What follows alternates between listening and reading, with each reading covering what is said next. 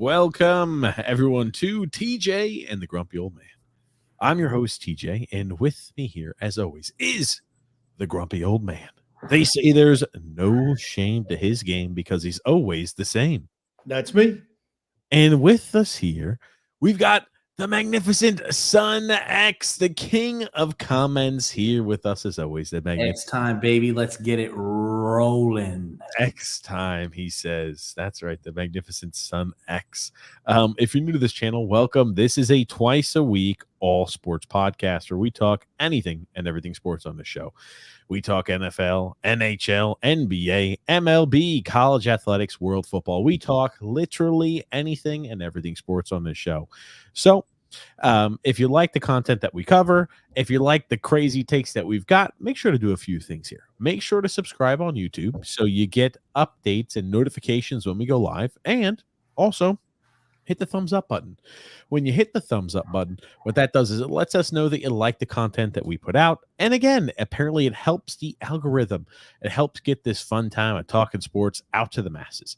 And again, we go live every Thursday, 9 p.m. Eastern Standard Time, and every Sunday at 8 p.m. Eastern Standard Time.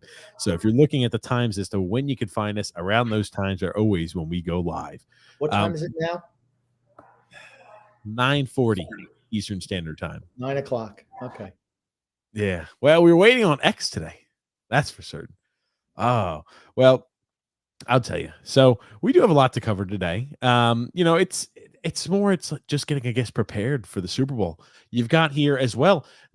I didn't know that these always coincided at the same time. You have the Pro Bowl, the NHL All-Star Game. Is the NBA All-Star Game going on too right now? No. Okay. And apparently they're having a 3-point competition that God, what is her name? The chick who plays for the Liberty. She is having a 3-point competition against Steph Curry. Well, that's going to end poorly. I bet she gets rolled. She currently holds the record for the most 3-point shots made. Are they shooting from NBA 3 or? Well, that's my point. Is I don't know where they're shooting the ball from. Are they using smaller balls as well? I assume. Again, I don't know. She's probably shooting layups. Oh, come on. God. Well, okay, unless they pay Steph Curry, unless they pay him, he's winning that. Because believe me, he'd have to move out of the United States. If he lost. Well, last year, I think it was last year, Karl Anthony Towns beat him. What? 2 years ago, yeah. No, you bullshit. Karl Anthony Towns has never won a 3-point contest. He won a 3-point contest. No, he did not. Please stop. You're fucking. He did. Look it up. All right, I'll pull that up. I don't believe that at all. Look it up. But I'll pull it up here. How many threes does he take? He was lighting up, dude. He can shoot the 3. I know he can. I don't know if he's won a contest. He won the 2022 3-point. That was the 2022. That was there. It. You go. Look at that. Okay, fair enough. Yeah, I didn't know the big man could go ahead and stroke it like that. Pull up a comment from Derek. Pull up a comment from Derek Monroe right now at 9:40. Okay. Sabrina Ionescu is shooting from the WNBA 3 with WNBA balls. Steph will shoot from the NBA 3 using NBA balls. Well, that doesn't seem hardly fair. No. Doesn't seem hardly fair, does it? I think Steph should take mid-range jump shots like the 3-point line is in the WNBA, and that should be it. Again, you want to play with you want to go men against women, just play by the same rules. Not that we got to dumb down the shit to make you borderline competitive. Well, I believe here's the thing. You should, yeah. I think she sucks. That's what I think. Here's the thing. I don't even know who she is. I just know she plays for the Liberty, and like I always get those funny videos where the Liberty fans are out there saying, "Yeah, Sabrina, she would take Steph all day in a 3-point contest," and I'm like, that's got to be a joke. But I didn't know the stipulations are she would use the smaller balls in the shorter distance to shoot. Maybe she could be an extreme advantage. I also heard that he's going to be blindfolded and be spun around 10 times and then shoot. He has to have at least a 10 beer minimum, right, grumpy old man, to make sure he's intoxicated as he's There you throwing go. out these threes. 10 beers, and a carton of cigarettes. I mean, before- honestly, if you want to compete with men, that's fine, no problem. But just make it the same thing. Hey, you want to? I mean, what the heck? Let's have Seth Curry shoot from how many feet is it? 18 feet. I don't know how deep. I thought they were kind of close to even the college three. I don't Honestly, know. I guess if it's any bit smaller than the college three, that's kind of sad. I keep on telling you, it's the friends and family league. That's the problem. I mean, I guarantee you know what it's going to look like. She's going to be shooting mid-range jumpers, and he's going to be shooting deep. I don't know. I'll pull it up here to see. Yeah, it's definitely. Yeah, the women's I think is still shorter too than the college men's. It's absolute. Oh, it's shorter than the men's too, than the college men's. I'm looking it up. Like I said, is she starting from underneath the basket? That's what I want to know. We've seen them miss many layups time and time and time. 22 feet and one in the NBA's is 23 foot 9 inches. The WNBA is 20 foot 10 inches or 6 inches. I'm sorry. So it's 3 feet shorter. And yeah. how much smaller is the ball? It's an inch smaller and 2 ounces lighter. Shooting a tennis ball. It's a wadded up piece of paper. She said hold on, Grumpy. Mm-hmm. Rena, shut the haters down. That's all I'm going to say. Oh, Grump. How she shut the haters down? She said she would go and shoot from the men's line. Do it. You're going to get fucking rolled. Here's the thing. I will watch it. I absolutely will watch that, and I want to see her lose badly. See her get trounced. You know what I think is going to happen if she shoots from the NBA three? She won't be able to reach. Air balls. Oh no! Come on. Some air balls. Absolutely. In the corner, absolutely. She'll shoot air balls in the corner. It'll be like take it off of anything. It'll be like an NBA player. She says. It'll be like an NBA player shooting from mid-court. That's what it's going to be like. No, stop. I have to take a running start and then just no, stop. Okay, in all seriousness, it'll be close, but okay. She did say I'll shoot from the NBA line. Let's get it with like a million exclamation points. I'm only interested to see what the comments look like here. Steph is not beating this for sure. Oh God, is this going to be how many she makes? Look at how many empty seats there are. Look at this is an all-star game for them, and there are empty seats littered throughout that arena. She hit 31 shots or whatever. So I could care less. Miss Plank. I know she hit it. She's sinking them out. She's dialed in, Grump. I will tell you this. Extra time. Is she going to get extra time to shoot too?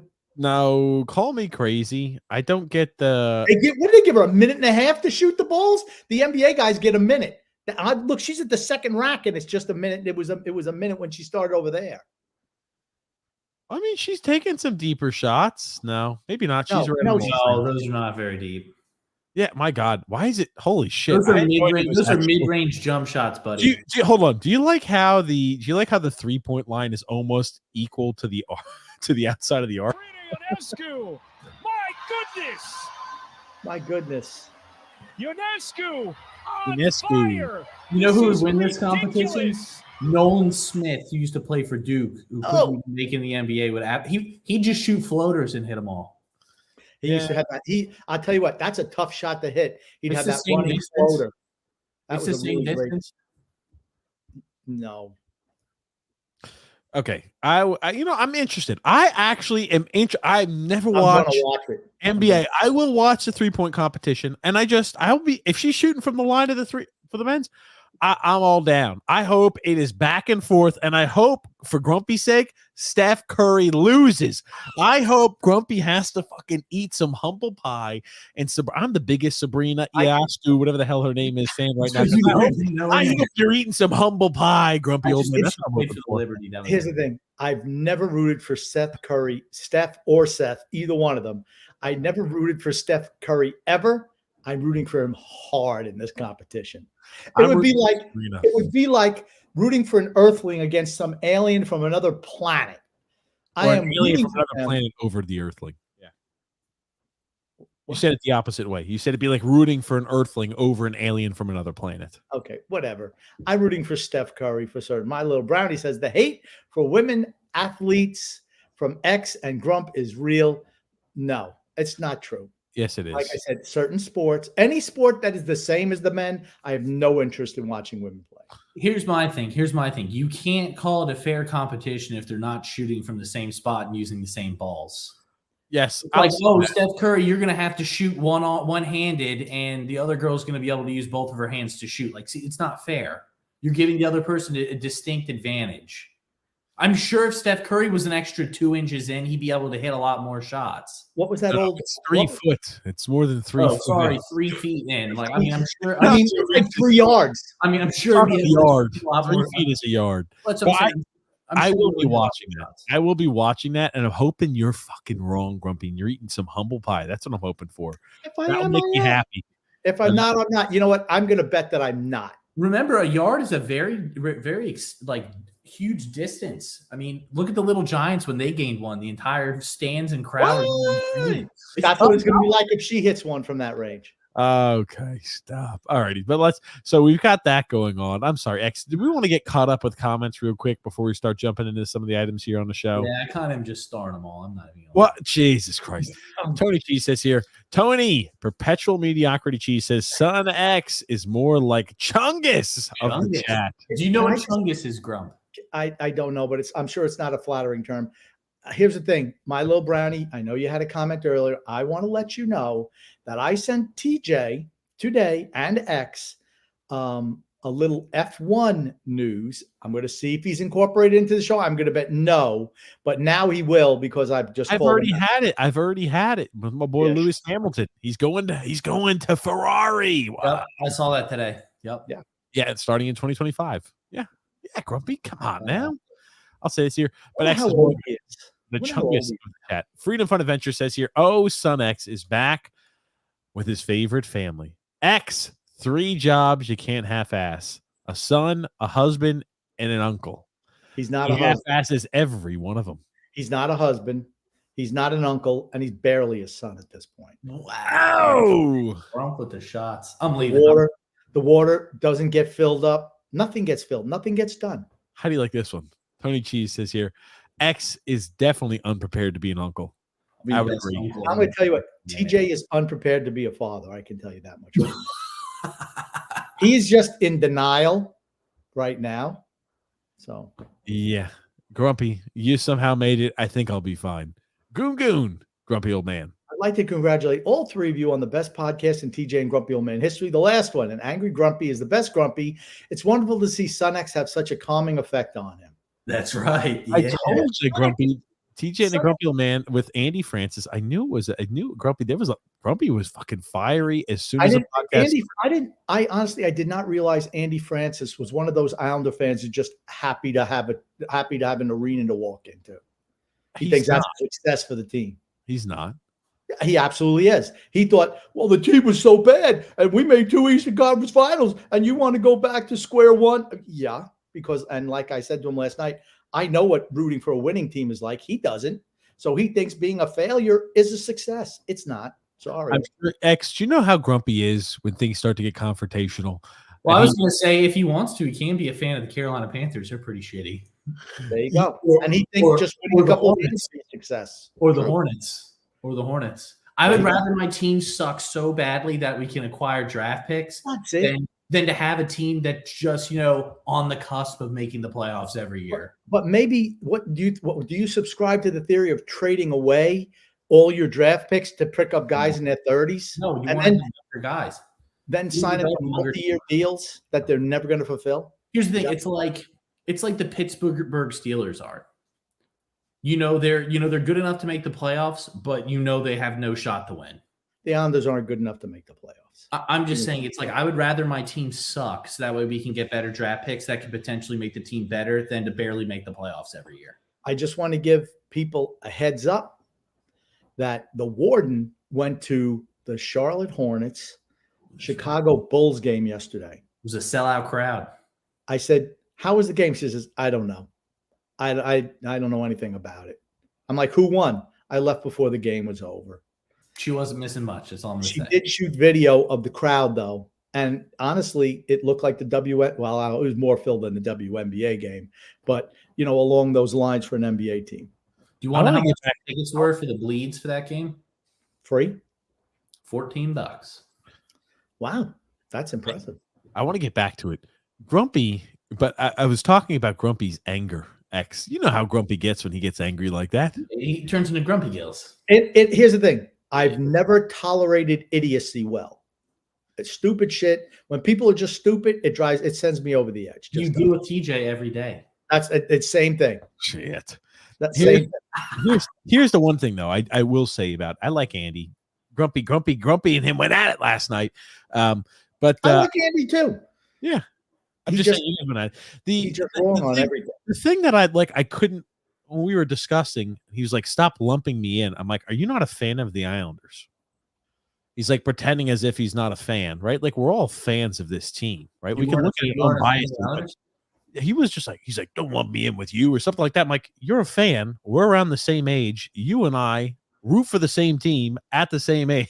It's like, I'm like, I shouldn't have to argue about something that straightforward where I'm like, we both watch the Islanders. We're both around the same age. We both have experienced similar viewpoints from the Islanders in our entirety of our life. And I was like, that was even hard to find some common ground on. So it was definitely, I would say that podcast, there was not a lot of common ground found. That's for certain. Freedom, fun, and adventure here, Grumpy. TJ, you mook.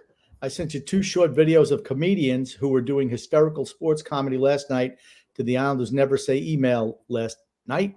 But Rambling Gambling King Man was talking too much and starting fights. Yes, that's true. He was definitely starting fights. My God. Absolutely. Here's the thing. I think that was a Phil's facts thing because I don't think Andy has enough time to be watching our episodes. And I mean, when he was saying certain things, I'm like, no, we don't say that. Well, like blaming the general manager for reasons why we were losing games. I'm like, I never came out of my mouth. I just, Andy came out. Like I said, I like Andy, but he was saying, well, we never put any, suggestions out there what the team can do. Well, I don't do it when he's on the show because he doesn't really have any details of any of that stuff. So I just go with whatever his strength is. When we have a guest on, we try to go with what works best for them. Yeah, I wouldn't necessarily say that. I mean, here's the thing. We talk about solutions all the time. That's all we talk about solutions to a blue in the face, but it doesn't change the reality of what's happening and reacting to what is actually going on with the season. So, I mean, like I rattled off 3 or 4 of them yesterday, can rattle off more, but there was no response when I was rattling off solutions because, again, I don't think he disagrees with the solutions. I don't think he actually maybe watches I don't know. I won't say anything more, but yes, it was a fight last night. Tonight's tonight. Let's have a good time. Freedom, fun, and adventure, Grumpy. X, do you know this Francis guy who ruined last night's show? Demonstrated never watches the show. He had no idea who X was. Yeah, I mean, I know he doesn't watch the show, which is fine, but you can't make, to me, judgments on what we do if you don't watch what we do. Yes. Yeah, that's right. He had no idea. I was about to say, we mention X all the time. Yeah, I was about to say. I'm just too good. That's all it is. All right. Tony Cheese. Seems like gender equality to me. Here's what I think it is, and you all can tell me I'm wrong, but I think it's a tactic to try to get people more involved into the WNBA. Because if she ends up winning this competition, it's going to be like, hey, guess what? The girls' league is good too. They can shoot better than the best 3-point shooter in NBA history. Can we talk about some conspiracy theories? I think they're going to start. I heard X was saying they're going to take machetes. They're going to take machetes and start chopping up the basketballs. And Steph Curry's going to be shooting with deflated basketballs. Is that the next thing? It's a tactic for them to try and get eyes on the WNBA. That's all. That's what I think it is. Just associating them with it. Yes. It's like the women's hockey. They're associating that with the NHL All-Star game, right? Like from a business perspective, the NBA owns them. They want to get more potential eyes on all of the female sports because there's a lot of potential for growth there. There's no potential for growth there. None. Guess what? Women, for the large majority of them, do not watch sports. They have no interest. My little brownie takes big offense to that, Grumpy. I said the vast majority. I did not say all. The vast majority. Here's the thing. they see not a lot of people watch now. So maybe if they expose, there will be some fans who say, great, I want to watch that. Whether you're not one of those fans, Grumpy, don't worry. They're not even trying to convince you. They're trying to convince other people. You are what they call a lost cause. You know what? I'm like the majority of men on this planet. Okay. Here's the thing: from a business perspective, let's say they don't capture. He loses money. All it does is lose money for decades. If it wasn't for the NBA, the WNBA would be out of business. My point is, I think they're trying to get it to the point where it can potentially gain more eyes on it. I guess my point is, if you watch an NBA game and then you watch a WNBA game, that'll be the last one you ever watch. Because if you want to look at something that's competitive, well, guess what? You're going to watch the NBA game. That's what you're going to do. We're in a lost cause. Grumpy more and more these days is trying to take it to gender sports. No more. Woody Page, you've been muted. Here's my thing, TJ. We're done, Woody. We're not talking about men, female sports anymore. I'm fucking done with it. Done. I'm bringing it up. I have no issue with it as long as the fact that they both play by the same rules. That's it. Goon. What they do. There's no way the Islanders can blow a game with only a minute left in regulation, right? Just want to make sure. Well, no. Hey, a new coach fixes all those problems. We heard that last night. Not on the players at all. So, like I said, 3 coaches in 3 years, same players.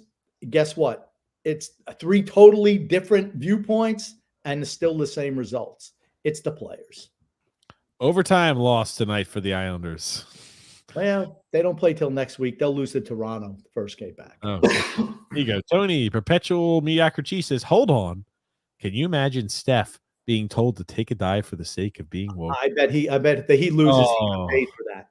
Absolutely. Oh my God. Okay. We're moving on. We're moving on. How is he going to show his face in the locker room if he loses to her? Bring Draymond Green back to be security. All right. Next comment. Goon Grumpy. If Brock Purdy plays in the mud, is he a dirty Purdy? If he's a member of an online dating site, is he flirty Purdy? I like Brock Purdy. You know what I've heard? He's right. He's just Brock Turdy. That's it. I mean, he's okay. He's got a below average arm, but I mean, I think the kid has, I think he's got a winner gene in him, though. I don't think he quits. I just don't think he's super talented. The weapons around him are really good, though. With good offensive line. I think the script is written well. That's all I'm going to say. I don't know about that. Drew says, I hope Jalen Brunson and Dante DiVincenzo beat Steph Curry in the 3-point contest. Yeah, I mean, honestly, I thought it was cool when Karl Anthony Towns won because I was like, holy crap, a center won the 3-point contest. It was just, something you don't see. But he's not a throwback center. He's a modern-day center where the guys can all shoot from 3 But still, though, to be that height, usually guys who are that tall are not great shooters. They aren't. That's true. But, well, I mean, I was just – guy is. Embiid is. I mean, they're all guys over 7 foot tall. They can hit them from long range, too. I know. I'm just saying, though, to win the 3-point competition as a center is pretty crazy. Okay. Especially when you're going up against the best 3-point shooter of all time. Okay. That's cool. Tony Cheese says, if he dresses like a girl, is he purdy? Maybe in the old West, he'd be purdy. Yeah. Purdy. Milo Brownie says, I'm proud of you guys mentioning F1 News. Next, you'll tell us you're all caught up on the Drive to Survive with the new season starting soon. No, I'm still not. And the NASCAR season is starting up soon as well. I think the Daytona 500 is supposed to be starting up here pretty soon before you know it. It's like the Super Bowl for NASCAR, the first race of the year. They got a little backwards, I think, but hey, whatever. Everyone's at first week, everyone's a contender. That's all it is, right? Yeah. But yes, did we want to talk about the F1 News, or we'll wait for TJ later? We can wait for him because he might pull up like an article and stuff. Fantastic. Does Grumpy have? Frank says, does Grumpy have a Vancouver shirt on? Yes, I do. Vancouver Canucks. That's their the whale. Their old logo. That's the Orca. No, I don't know what they still use that one. I don't think they still use this one. Maybe a variation of it. I don't know. They've been using their the throwback, the old skate, which I like that jersey. Yeah, I like the one with the lumberjack on it too. I thought that one was pretty cool. Lumberjack, that's like a third option jersey. I like that one. Yeah, I like the one with what was it like? Almost like the V, the black and yellow, and Yeah, that's like back when they lost to the Islanders back in the 80s. I'm not as big a fan of that one. I like the skate one. I got to say, really into it. Yeah, with like the slash, kind of like slash down. Yeah, like a Canucks. Colors. Yeah, that's when Pavel Berry was there. They used that. Yep. I like that. I do like the whale one though, the orca, whatever it is, the killer whale. I like that one. That was from early 2000s or late 90s, something like that. Drew says, "Ugh, forgot to mention today's my birthday. Happy birthday, Drew! Happy birthday, Drew." I'm sure you have a sound effect for that, but we'll just do the claps there. He's still in Japan, I'm sure. Yep. Frank says happy birthday to Drew. He's got a whole bunch of little emojis there. Gungun says, if there was ever an episode with both Andy Francis and Sun X on together, would Grunt probably suffer a heart attack before the show crossed finish line? No, Sun X. I don't think. I think it would have been too much for Sun X to handle last night. I don't know how he would have responded to that. TJ was actually video and let you know. I haven't watched it yet. X. Let me tell you how bad it was. TJ was the peacemaker last night. How bad did it have to be? So like y'all were getting at it then. Absolutely. I don't know. Absolutely. True. Like, I mean, I guess it just depends on the takes to see where I would stand on it, but. Well, my takes are right, his are wrong. I even challenged him. I said, can you prove me wrong on anything? He couldn't.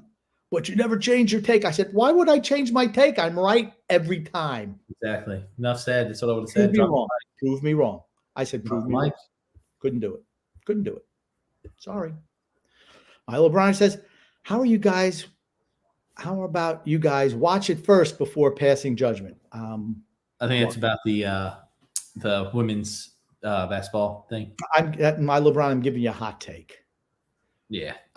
Honestly, like I have no issue with it, just as long as they both were shooting by the same rules. I'd be like, I want to see her lose and lose badly. What I have to say, at least about the Andy stuff, real quick. I just jumped back in.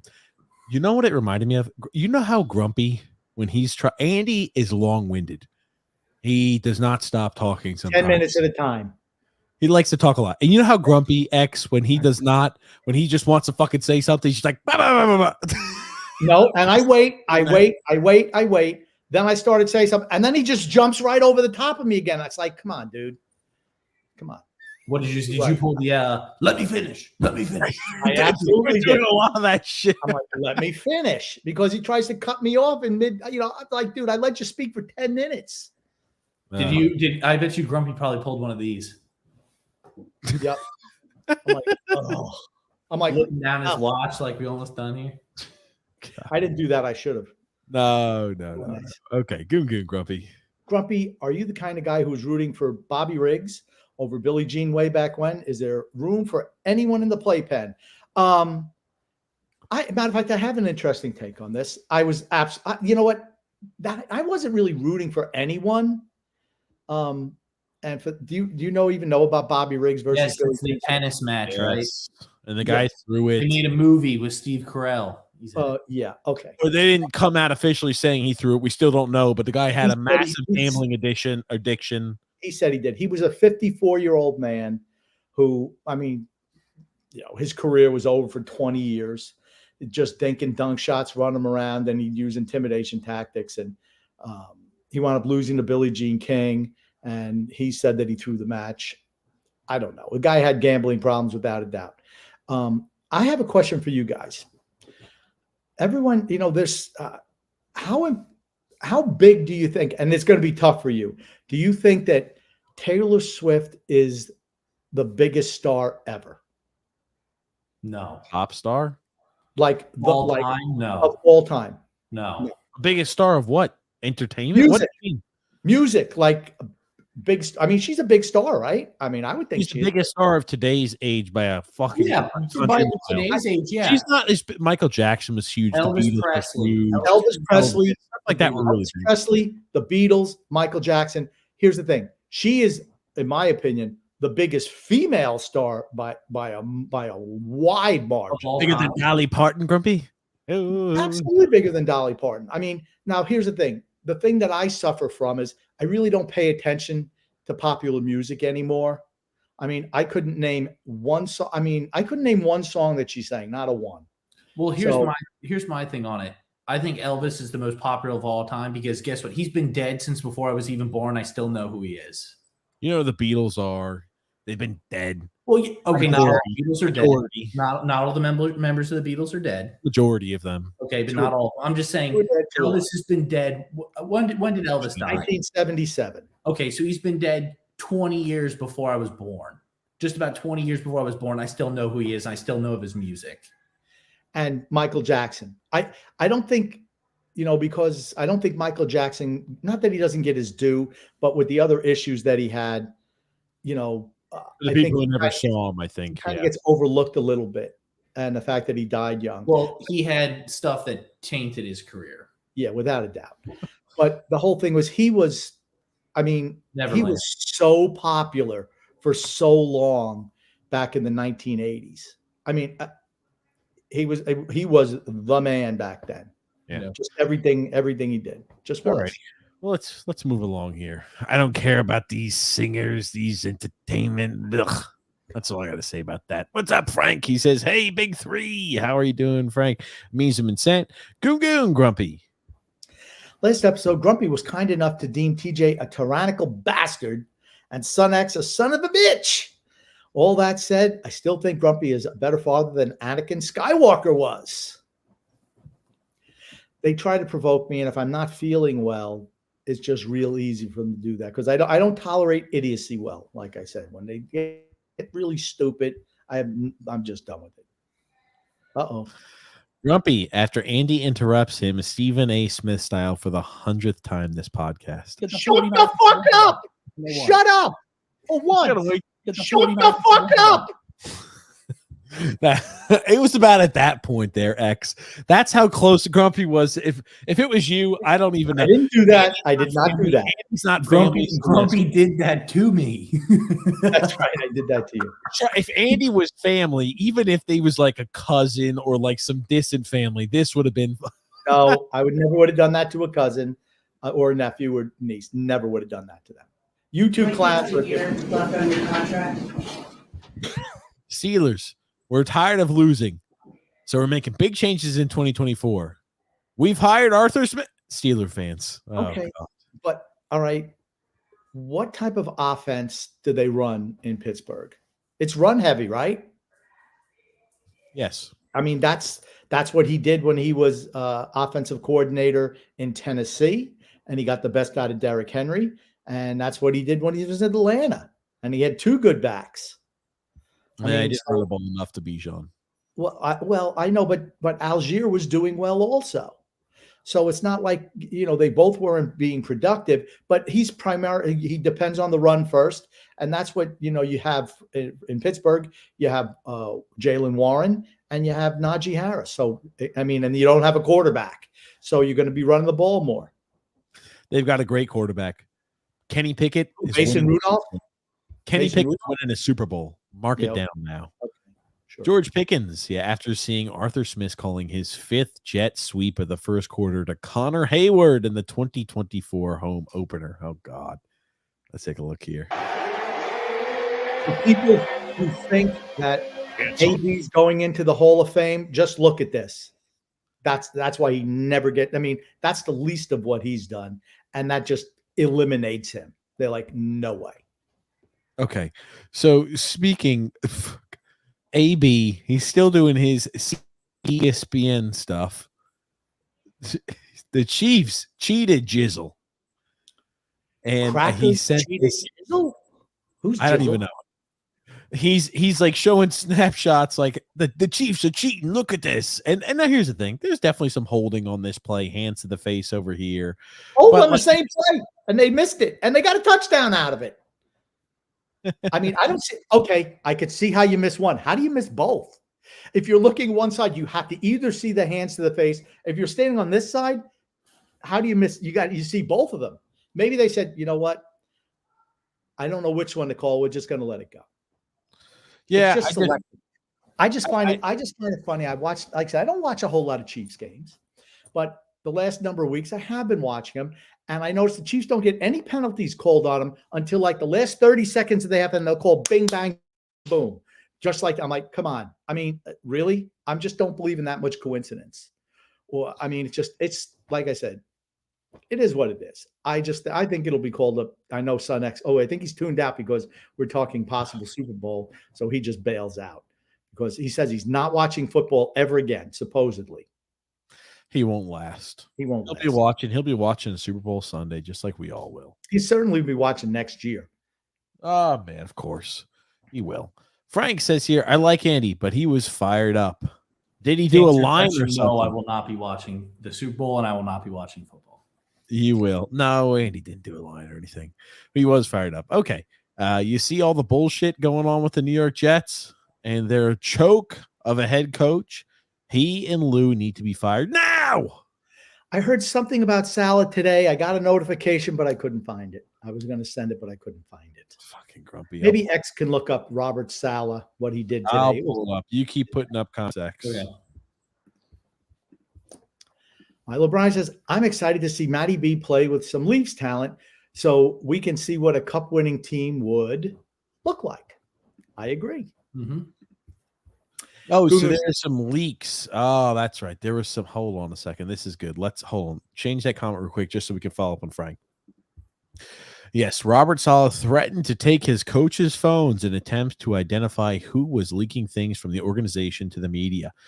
Saleh became paranoid after it was leaked to the media that Zach Wilson didn't want to reclaim his starting job. What the fuck?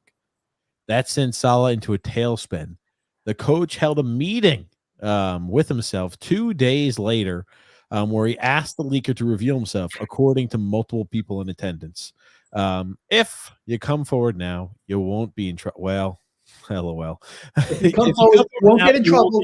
You'll just get fired and lose your job. No. Now, if you remember in the movie A Christmas Story, when, the teacher said, poor Flick, those of you who put him up to this must feel terrible guilt. He's like, yeah, parents used to love saying stuff like that. We always knew it was best not to get caught. And that's the case here too. Yes, but yes, in trouble. He told them while threatening to take their phones, staffers were bemused by Saleh's obsession with the Wilson story and his reaction to it. Now, you saw that Mike Babcock got fired because he wanted to do something with cell phones. And here Saleh's still a head coach. Maybe they look at things different in the NFL than they do in the NHL. Well, watch that. That's because Paul Bichonette isn't part of it. Paul Bichonette. Gungun says, TJ and Son X, what is a dish that Grumpy cooks the best? And what is a dish that the Warden cooks the best? Takeout is what Grumpy cooks the best. And the Warden, she cooks good pot roast. The turkey's my favorite that the Warden cooks. The turkey. Okay. Turkey's good. Yeah, Grumpy's is oven pizza. Drew Grumpy. Andy definitely saw some Phil tweets and said, yep, those are TJ and Grumpy's narratives. Yeah, I was about to say, there was so many things he was saying. I'm like, and I know him and Phil talk a lot. Just like Phil just talks to everybody. We love Phil. We love Phil, but man, oh man. Here you go. Nice comment there, Grumpy. Knicks now on a 9-game winning streak with their center, with their current team out there. These teams just can't compete with them. Well, the Celtics have the best record in the league, don't they? The Knicks. Gungun says, who is more misunderstood man, Paul Bichonette or Son X? I don't think Son X is misunderstood. And Paul Bichonette, he's just a bitch. I don't think there's anything to misunderstand about that fella. So, Mary Lord, first time. Grumpy young man, prove to me that women don't like sports. Prove to me that women don't like sports. Show me real resources, not opinions. Okay. Who do they market all the products to in sporting events? Are they marketing them to women or to men? Because that's how they make their money. If they were putting women's products out there, then you say, okay, they're trying to get to appeal to women. When they're putting beer commercials and car commercials and tire commercials out there, they're trying to appeal to men. Yeah. The patriarchy, trying to appeal to the patriarchy. I was just going to say, look at all of the girls who are posting best Super Bowl ever. The fact that Taylor Swift is going to be there, not the fact that either of the two teams that are playing in it. And the vast majority of viewership is men. It's men. It just is. Men. It just is. Got a comment here from Andrew L., grumpy old man. No discussion on Corbin Burns to the Orioles? No, that was a big move. Corbin Burns. That is a topic. Yep. He was traded this evening, and I think that's a good move for the Orioles. Now, the Angelos just sold the team, I think 2 days ago, for $1.7 billion. And all of a sudden they make a move to try to the new owners, I guess. I don't know if the trade's gone through. Supposedly it's gone through. I don't know who orchestrated this deal, but the Orioles absolutely needed an ace. They had 101 wins last year, lost to the eventual World Series champion Texas Rangers. The Orioles are a team that's on the come, to be honest with you. And I think they need another starting pitcher as well, but this is a good step in the right direction. A lot of young players on that squad and their team to where they've been bad for so long, but they've been able to accumulate so many high draft picks that they're finally coming out through the other side, and they're in a spot where their window is long. So they've got a real chance to make an impact. I was trying to think of, the best way to keep a team successful. You do like Real Madrid's done. And we won't talk about it today, but at another show, that's how you're good. And then you get rid of guys as they get older and you fortify with younger players. That's the way to do it. It's a slower process. You kind of get rid of one piece here, one piece there. Mm-hmm. So you're not just hemorrhaging the whole team all at once, and you're still gaining in that young new talent. And I think that soccer kind of coincides with hockey in a certain way, where Real Madrid, okay, if you're still producing in your 30s, you get 1-year deals. That's what they do, 1-year deal. If you don't like it, just go somewhere else, and they have no problem with it. And what did they do? They lost Cristiano Ronaldo, which was huge, and they were bad by their standards the next year. But after 2 years, what they bring in Vinicius, they bring in Rodrigo, they bring in a whole bunch of. They'd already had Vinicius at that point in time. He just wasn't ready, but they had him. That's right. You're right, X. But what I'm saying is they're always fortifying with younger players. They're not just saying, hey, let's just ride till the old guys, till the wheels fall off. It's always a mistake. Freedom Fund Adventure says, I need to defend TJ a bit. Everyone calls TJ a tyrant, but I cannot shake the feeling X is going to be something far, far worse. What will we do when it's just X and Grumpy? Now, let me tell you something. X is going to be on his thing. I'm not putting TJ down. TJ is a tyrant. Absolutely. He's a dictatorial presence on the show. Everywhere he's involved. You can see it right now. But Son X is so even keeled. He's going to be the perfect host. It's just Grumpy. The Lord of the Rings music behind TJ when he comes on. You know what it was? Grumpy was so amicable and so agreeable. I think last night's interaction with Andy showed that in a nutshell, that Grumpy just is able to find common ground. He's so agreeable. He's so calm and temper-mannered. He earns the name the Grumpy Old Man. That's for sure. You're going to see. People are going to say X. It's like it's going to be a transition from like Brett Favre to Aaron Rodgers when X comes in. Just a smooth transition. The transition is going to be like Aaron Rodgers to Jordan Love. That's what X is. And maybe some of the people, maybe it's going to be Bledsoe to Brady. Actually, is what I heard. Oh, there you go, Bledsoe to Brady. Or I think it should be Brady to Baker Mayfield. Just your little boy X. Or it could be. Okay, it doesn't work that way. Doesn't work that way. When did Tom Brady play? When did Tom Brady play for? Well, actually, no. I guess. It does work. It was the year after. It was the year after. But Tom Brady was retiring at that point in time. Wouldn't you say Baker Mayfield came in and had more of an impact than Tom Brady did that year after? Got into the playoffs. Baker Mayfield did not have a bigger impact than Tom Brady. Are you fucking nuts? You got to do the playoffs and won a playoff game. The Tampa Bay Buccaneers it helped the fact that they played the Carolina Panthers. They played. Look at how many. They were healthy. I'm just saying. They got to the playoffs. And they made a playoff. They had a bigger push and a longer run than Brady did his last year with the Bucs. Well, they absolutely did. Brady's last year, they had a whole bunch of injuries. I know. I'm just saying they had a lot better run. So and here's the thing. And for our Kansas City Chief fans, it's like going from Alex Smith to Patrick Mahomes. To the officials. Oh wow, X. Okay. Yeah. Okay, he goes. Still Grumpy. Who is a true man of the people and who is merely full of hot air? Andy Francis or Phil's facts? Phil is like Phil is a man of the people because he manipulates people. he does. He Now, manipulates. more hot air, I think, is Andy. Absolutely. Phil, here's the thing.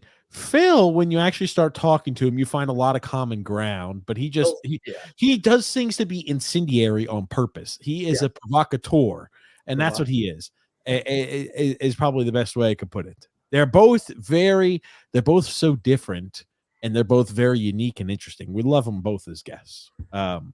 Bradley, we trust. I wonder who this could be.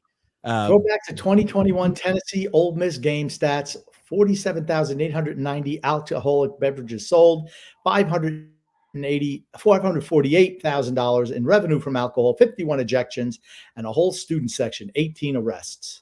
I don't know. I don't care. Well, I can't wait till we talk to Bradley about something else we have. I just don't know. I just don't know how that tied in with anything we talked about. Goon It's says, just a fun fact. Oh, okay. How come Son X has a slight Southern accent, but TJ and Grumpy does not? Is this proof that Son X is really from another faraway land, or does he hold the upper hand? Okay. I think here's the thing. X's fiance Y and her whole family have very strong Southern accents. Do they? So maybe some of it's rubbing off on X a little bit, where me, I mean, shit, I'm New York born and bred.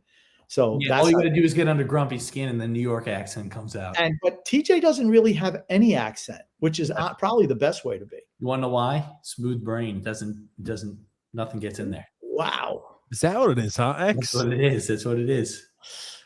Smooth brain, like a smooth head. I'm looking at the hair jokes that get thrown out there. X, I'm understanding why you're starting to wear a hat on more and more of the episodes, buddy. I ain't wearing one tonight. Look at this. Look at this mane. Look at this mane. Oh, why don't you give us the side view? Why don't you give us the side view there? Oh my!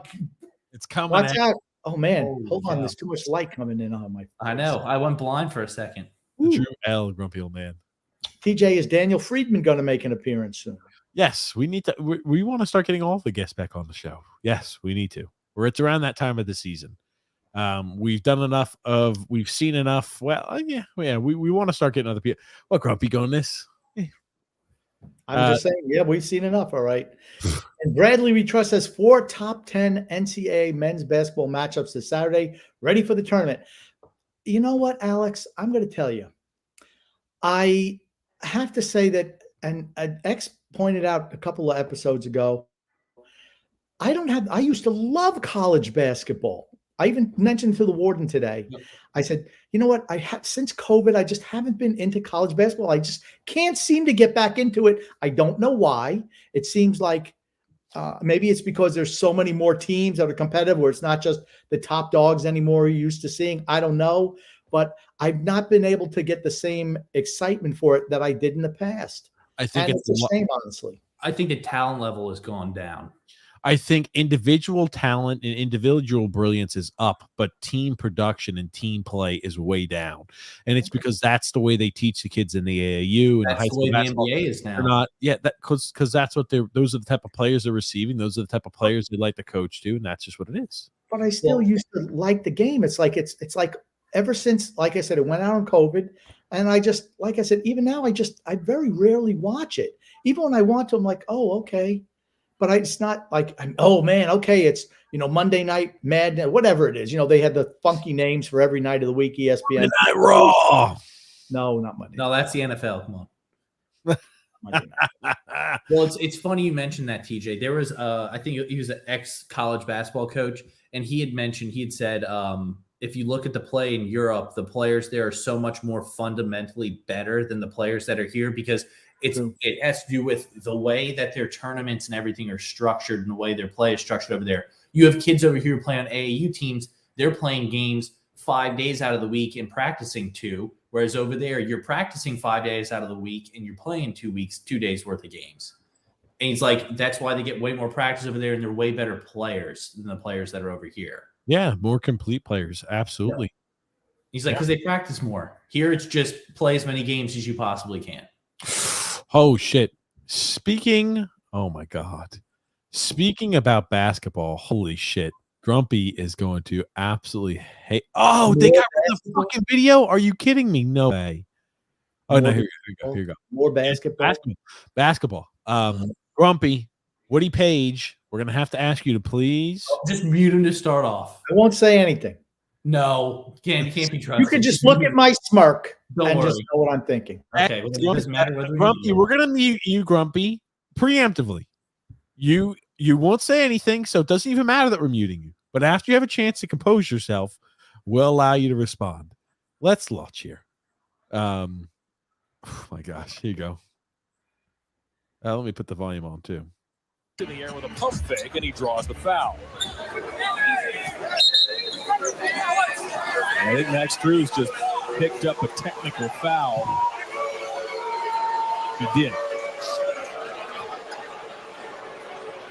That is a look of disbelief. Second technical foul of the Cavaliers. Let's keep an eye on Strus after the foul. Well, I don't think that was it. that was a technical foul. Eyes the target. I mean, Max flipped it back to Natalie. Was there any after? He didn't say a word. He just didn't like the way he handled the basketball. He hands the basketball, turns around, called the technical. George. That's Strus in the air with a pump fake, and he draws the foul. That He got teed up for that. I did not realize the referee was a woman till the very end. And I was going to go, what the hell is wrong with that referee? Now I know what the problem is. all right. Oh, there we go. Here's the thing. The reason I put that one up, Grump. The reason I put that one up is we talk about how games have changed. Could you imagine somebody getting teed up back in the bad boy era of basketball for fucking handing a ball back to the official? Like, you want to know the crazy thing? I was looking back watching the Pitt Panthers play the Syracuse Orange back in 2011. Both teams unbeaten, number 3 in the nation against number 4 in the nation. Juan Blair. No. This is They were McGee, never that high. Wanamaker. They were damn good. Both these teams really good. And I was looking back. I'm like, man, look at the physicality. Even in college, look at the physicality. Look at this good old Big East basketball. David, I was about to say, think about that. That was only 12, 13 years ago. And I'm like, it's a different game over the last 12 to 13 years, which is nuts. It's in every sport. They've taken the physicality out of every sport. I don't understand why. Even basketball is like, I said, things have changed a lot. Like I said, you watch NFL games from 10 years ago, 7 years ago. It's a totally different game. It's like flag football now. And I don't mean to be bagging on the female official, even though it was funny and is low-hanging fruit for me. But here's the thing. I was going to bag on the official period because I'm like, unless the guy said something. Yeah. But it didn't seem like he just kind of handed the ball and turned around. Maybe he turned around and said something. Who knows? But again, no one, and I mean no one, goes to the games to watch the referees. No one. So, I mean, and I'm not saying that she interjected herself. I don't know that. I don't know any of the referees. But to me, it's like, okay, he obviously did not like the foul call, and he just handed her the ball and turned away. He had to say something, but I don't know if he did or not. There was no proof that he did. I don't know. I don't know. It was just like, and maybe here's the thing. I didn't watch the game live. You have to be willing to overlook certain things in the heat of the moment. I don't know what he said. If he said anything, didn't look like he did. He didn't. Wait, you talking about the play? He just flipped the ball back and turned around. Maybe he turned around and said something. That's all I can say. Maybe that's what he did. I don't know. Let me ask you this. Do we see environments, even like, and I think the reason college basketball, like the Cameron Crazies, do they get, like, I feel they like don't seem as crazy anymore. That's the thing I was about to ask. I was wondering if that has affected my love for college basketball. It's not necessarily that I love the game. I love the environment, and I loved how it's just like when you watch high school sports, it means everything for those high school players that are playing there. Oh, we got to beat our crosstown rival because it's life and death at that point. It's so important to them. It means so much, and I enjoy watching something that has so much at cost for these people. When, in reality, it's just a game, but it means so much to them. And it was the same thing with college basketball. But now I'm not sure if it's the NIL, if it's the fans aren't as crazy. I'm not sure what it is, but I just don't get that feeling anymore. And like when I watched this clip, I was like, holy shit, this is like ticking the clock back. And I'm like, this is prime vintage, like 10 years ago. It's just so much different 10, 15 years ago. Is it just me, or does it feel like there's no more student sections really in college basketball? I mean, you have the Cameron I have a theory. If you want to hear it, I have a theory. What? Oh, they're selling all the tickets. Be careful. Be careful. Grumpy has a theory. Oh, God. They're turning all the men into cucks, so they're not as boisterous as fans or as. All righty, Grumpy. You're muted again, Grumpy. All righty, Grumpy. You're going to stay on mute for the next 5 minutes. We just remove him from the episode. X. Yep. I think that's about time, isn't it? He's just having a fun time doing this crazy. But like, look at the fans. Look at the fans just all going crazy. The Orange and the Panthers. Carl Hess, John Cowell, James Breeding, the officials. To be big on the interior. Robinson slips inside. A very nice job in the early going. 27 Okay. put a show on. Have you not seen enough of this already? Look at that Whitney. It's 4 minutes and 12 seconds long. Yeah, we're not watching 4 minutes and 12 minutes of this. Yeah, baby. Yeah, let's watch. They scored the first 19 points unanswered. Now Syracuse climbed back in that game, and we almost found a way to lose. I don't but care. They still won. Let's go, Pitt Grump. But I don't. I mean, it's funny because I mentioned. And here's the thing: I don't even get to watch. I don't even really watch as much Duke, but I did watch a home game for them, and they just don't seem. The fans just don't seem as fired up as they used to. I don't know, and maybe it's just the COVID thing. I don't know what it is, but for me, it's just not been as good since COVID. Yeah, it's ever since COVID hit. It's like it's just taken a massive fall off. I used to religiously watch Duke basketball every game that they had on. I can't tell you the last time I watched a Duke game. I used to be the same way for Pittsburgh, even when they were losing games. I'm like, well, I'll still watch them lose. Yeah. I don't give a shit. I still like watching them. Now, it's funny. I still watch a little bit of the football, but like football even is doing the same for me as well. I like college football a lot more than I like the NFL. Yes, agreed. But here's the thing. Even like college football, I'm like, okay, if I don't watch a Pittsburgh game, well, all righty, I'll just maybe watch the highlights. I mean, the basketball team, I just don't care for anymore. You know, I mean, I think we all agree that the NFL was really down this year. And I don't want to say that's the only reason is because the people's champion is no longer playing, but it certainly seems that way. Oh, next comment. Jesus Christ. My little brownie says, fun fact, Elvis is huge only in the U.S. He never performed internationally, so not so famous outside of North America. It's in Beatles. That's because Michael Jackson. Okay. He was still popular overseas, but he didn't tour overseas because his manager, Colonel Tom Parker, had some type of legal issue where he could not leave the United States or he could get arrested for something. That's what I've heard. So he never booked him overseas, but Elvis wanted to go overseas. Huh. Is what it is. Let's go here. Tony Cheese says, remember that hold on Johnson that was 3rd and 20? Mahomes picked up the Chiefs, played the Jets. Yeah. I mean, I had to make sure to start that one. Okay, but I'm not going to say it's just the Chiefs. I think when you're a team that's really good and you're playing against a team that's crappy, you're going to get those calls. Good teams get the calls. I'm just saying it seems like it falls in their favor a lot more. They're a really good team. They're a really good team. They get the calls. And here's the thing. The league, they've done it before in the past. All really good players and players the league has vested interest in, they want to see succeed. I don't think they're going out of the way like, oh, we're going to turn a blind eye. But it's like, okay, if you're on a toss-up call or like, okay, what are we doing here? They're going to side with the team that they're like, all right, this is the team that's good. This is what usually the trends are for this team. JP. Well, one team has somebody who generates $355 million of revenue and the other doesn't. JP says, Andy was an asshole on the way out, tacitly disparaging all of us. I don't give a rat's ass about what your listeners think, but I respect you guys. Fuck him and his agenda and his marks. Well, yeah, thanks, JP. I mean, yeah, it was, yeah. Again, I didn't watch the show, so I can't. XXX has to watch the show. I will watch tonight. I'll be ready for a full report on Sunday of my. What about Saturday? Saturday, I just star the comments. Okay. Well, you could join in, I'm Tony Cheese says, I don't know anything. well, you better get used to churning in because if TJ can't make shows, What do you mean, Grump? You're carrying it all, dude. yeah, but you're going to be on there just being a host. Tony Cheese says, look at how long Beethoven's been dead. Yeah, very popular. Beethoven's a really good author or a really Mozart. good musician. Sure, yeah. Everybody knows them. I'm just saying those are like guys that are, I would say, are like the most popular. Drew said, fun fact, Eminem did say he was the worst thing since Elvis Presley.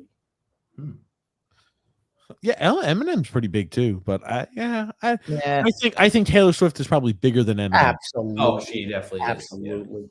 Tony Cheese. Okay. Pop. First of all, I don't like Taylor Swift either, but I think she's probably bigger. I don't dislike Taylor Swift. Like I said, I don't listen to her music, so it doesn't matter. But I mean, she plays pop music as Eminem is more rap, right? Yeah, or hip hop or whatever. Yeah, Eminem's a rapper. Yeah. Yeah, I mean, well, she sings pop music. That's going to be more popular with more people. I mean, just is. Mary Lord says women drive cars and drink beer. Really? No, I know that, Mary. So your argument doesn't hold water. Okay, what I'm trying to say is, they market all this stuff to men. They do. You want to watch Lifetime Channel or Hallmark Channel? Those are commercials geared towards women because I watch Hallmark Channel. Yes, I watch them. Here's the example. Remember every NFL Sunday when they used to have that Hardee's commercial on with who was it, Jessica Simpson, and she was in the very skimpy outfit and was eating a burger that was dripping all over her. Yeah, that was good. You can just tell that's sexualized women. Marketed towards women. That's marketed towards men. Exactly. They're like you used to see, and you don't anymore. But on a lot of commercials, they'd sexualize women, like beer, women, trucks, explosions, America, and more beer. And like you would see that every single Sunday. And it's like and I just mentioned the cars because when I was a kid growing up, you could not go to a commercial break. And like I said, I don't know how old. I don't know. Is that your picture, Mary? I'm going to tell you what, you're a fine looking lady, nice hat. And I don't know who's with you. If that's your husband, good for him. But they used to show cars and, there was no leases. It's like, hey, Chevrolet, get the Dodge Duster, get this, get that, $29.99 and just stuff like that. And it's like, it was, there weren't even women in the commercials, just guys. I mean, and I just think that's even true today. You go into a stadium, you've been to an NFL game more recent than I have. I mean, but the vast majority of the people in there are men. It's usually men, and then no, don't get me wrong. There are some women who are absolute diehard fans of teams. Absolutely. Let's move on. Let's keep moving, please. I think make your point more clear and try to just wrap it up and let's short tyrannical one. I'm done talking about it. You fucking love to talk about it every episode. Let's responding to Mary's comment. Drew says Joe Douglas literally turned the Jets into the Aaron Rodgers Country Club. That's the cul-de-sac crew 2.0. I think it's too early to say that because he only played 4 snaps. Gungun says, Son X, I'm with you. I'm done with the NFL too. Instead of watching the Super Bowl, we can plan your bachelor party. Let's do it. Done with the NFL. Have you even come up with a date yet or a year? Yet, no. What about a year? Do you even have a venue? 80,000. I don't know. You'll be dead by then. Oh shit! You think you're going to live to 2080? No. I mean, if you ain't getting married till 2080, you ain't never getting married. It was a joke. Did you read this yet or no? JP says, looks like the Flames are going to be selling Tristana, rumored to go to Toronto. That's a good move for Toronto. I want to put this up. I had a few stories I was able to find. Now, Grumpy, you're going to like this one. It talks about our beloved Giants, Grumpy. Here it is. Yes, they set him up, Gettleman set him up for disaster. Barkley's great. He means a lot to the Giants.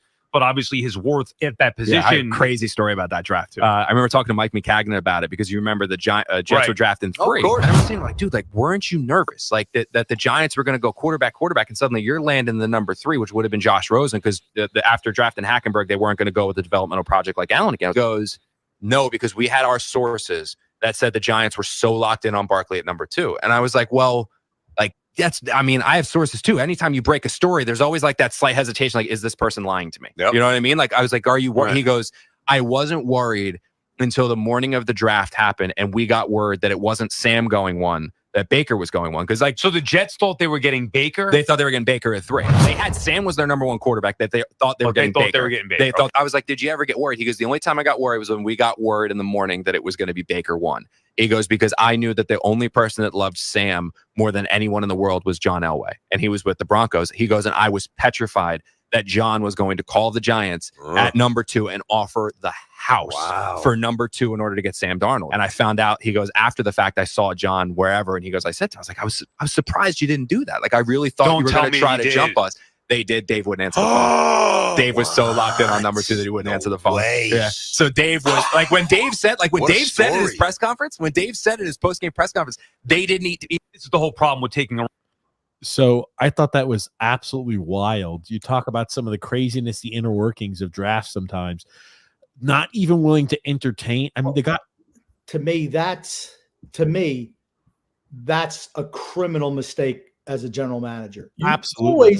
You always listen to what someone has to offer. Yes. Or you always, you know what? There's nothing wrong with, everyone should be, for the right price, just about everyone should be tradable. Yeah. I mean, and that's a big mistake by Gettleman. If it's true, it's absolutely a big mistake by him. But I mean, it's not like Saquon's a shitty player. Giants don't have a quarterback. Were they looking for a quarterback back then? They still had Daniel Jones. He was still on his rookie deal. So I don't think they were looking for a quarterback. So who knows who they would have drafted. I thought when I saw that, I was like, look at the smile on Son X's face. Something tells me he had read himself a good comment. I could not get over that. And I was just like, man, here's the thing. Dave Gettleman was fired absolutely for a reason. When you do stupid shit like that, where you couldn't be like, hey, let's at least listen. If other teams at the top are still looking at quarterbacks, let's at least take a listen as to what the offers are. I mean, that's just nuts. Now, this I thought was this is old. This is old. I know because Ryan Getzlaff was still playing in the league. Yes, so this is old. But man, oh man, Grumpy. I'll let you watch this. This is something I forgot. I've been saving a lot of these things up. I just haven't been sending them the way I need to. Is there sound to it? No, I'm not going to include the sound. You don't need to hear the sound on this one. This is when Ryan Getzlaff knew it was no longer his time to be in the league. Oh, God. Look at them hitting each other in the nuts. There's Trevor Zegras. And I think that's the other fellow there. Oh, my God. Jesus Christ. That's the Drysdale kid, Jamie Drysdale. Look at this shit. Hitting each other nuts. Look at this shit by Getzlaff. He's like, what the fuck has the league become? Look at these kids. Yeah. They were playing video games their whole lives. He shakes his fucking head. He's like, God damn. He's like, what the hell is one of them was a cover athlete on the NHL game. That's Zegras. That's correct. Yikes. I just thought you'd get a kick out of that one, grumpy old man. I'm not surprised. It almost makes me reassess my take on wanting Trevor Zegras. That's why I put it up for you, because I'm like, does that change your mind, Grumpy? Maybe a little bit. Okay. We need talent. Sure. You're willing to take the craziness. Sometimes you got to roll a dice on somebody who's got talent. Drew says, you know what's crazy? This might be the first time in history where everything in sports went my way on my birthday, mainly the Knicks. Now they're only a half game out of being the number 2 seed in the Eastern Conference. And he also says the Bucks are also 0-2 since firing Adrian Griffin and hiring Doc Rivers. I didn't understand that move. Now I understand from what I've been led to believe, Adrian Griffin was a dumpster fire with Milwaukee, but I think they were like 30-13. I mean, I mean, they had a really good record. Usually you don't fire a coach when your team has a record like that, but they did. Milo Brownie says, hear, hear, Mary Lord. The ladies' club grows. Now there are 2 of us. There it is. And bring Shay back. We're bringing Shay back. And then Grumpy, the numbers take you over, Grump. Goon says here, Grumpy, was Def Leppard a rock band or merely a pop band? Rock band. Freedom Front Adventure says, let me help you. Alleged sports experts like Phil and Francis are attention seekers and self-promoters, not interested on conversation or solving anything. Phil likes toying with folks. Andy is an attention whore. That's fair. Johnny Mack says, good evening, gentlemen. Thoughts on baseball fantasy league this season? Absolutely, we're doing it. Right, TJ? Yeah, we're gonna do fantasy baseball. Absolutely. This is the one X was laughing at. 2080,000. 2080,000. What You is know that? what? You know who it reminds me of? I don't know if you remember the last. What was the last Avengers movie? Endgame, where I love you 3000. I love That's you what he's like. 3000, yeah. He's like Tony Stark's like 6-year-old daughter with that Who answer. said 2080,000? 2080,000, baby. 2080,000. Who said that? Me. X did when he said, "I said, don't when are know, you going to get married?" 2080,000. 2080,000. Hold on. Say that again. I totally fucking missed this. What? No, never mind. Let's move on. No, I want to hear the embarrassing X story, Grumpy. What Too happened? bad. You missed it. You should have been paying attention You to the should have been paying podcast. attention. Watching TV. You know what? Instead of watching TV, you should be paying I'm attention. not to watching TV, believe it or not. I'm getting all the As shit. opposed to watching that 8-minute freaking Pitt Panthers. Oh, UConn, who was it? UConn? Was it UConn? insufferable. Syracuse. Syracuse. That was Pitt Panthers insufferable. Syracuse highlight clip. You should have been Oh. paying attention to the It was podcast. insufferable. Goon says, "Can Margarine?" I'll tell you after the show, TJ. Can Margarine ever make a comeback? No. I can't even believe Margarine is ever popular. Ugh. DJ Sal is a douchebag. Who's Sal? What's that? I don't know. I don't know who Sal is. Uh-oh. Who the hell was the New York Jets' top draft pick last season? I can't even tell you. I think they traded it. Didn't they trade their first-round draft pick to get? I thought it was Mekhi Becton. No, that was McDonald's employee. no. He ate his way. Oh, never mind. It was the girl who's eating at McDonald's. That's who it was. McDonald's fighter. Oh God. Okay, Oh my God. let's take a look Oh my here. God. There's some Oh. concerns here that Dad's a little too involved. Now, dads are very, very involved in high school and college quarterbacking. So that's just part of the new world we live in. But I still contend, you're going to think I'm nuts here. I do think it's possible that Washington trades up and Chicago allows Washington to trade up, because Caleb and his group do not want to go to Chicago. He's from the D.C. area. I think Dan Quinn is considered the big concern for Caleb Williams, and you have to admit this. Where you land matters. Chicago has never developed a star quarterback. Caleb Williams compares himself to Patrick Mahomes. I don't think there's anything that I can't do that he's doing. Oh my God. This kid is a fucking Okay. he will fail. I sent you a Hey. clip. There was a scout who says he's never seen a player more mentally. He's never scouted a player who's as mentally unstable as this kid at any position throughout his career ever. What, Was this when he scouted Antonio Brown after he got the hit by Vontez Perfect? Oh, is this might be it right here. Yes, it is X. I appreciate the joke. It was. This is the same guy who analyzed AB after he got hit by Vontez Perfect. Now, this is important, worth mentioning. Grumpy sent me a clip that was almost like 5 minutes long. For those who know, Okay, it was not almost 5 minutes long. It was 3 minutes, not even 3 minutes. it was 3 minutes and 47 seconds, something like that. Almost 5 minutes, Grumpy. I'm rounding up to 5. Here's the thing. It only allows you to do 2 minutes and 20 seconds. So I've got the first 2 minutes and 20 seconds of the clip Grumpy wants. So here we go. Crying uncontrollably in his mother's arms. We actually have live video or live audio of what that sounded like. What did that sound like? Don't forget, cover me with the paper, mommy. It's not just crying, because crying can be, you get choked up. I can get choked up, but this was convulsing and weeping.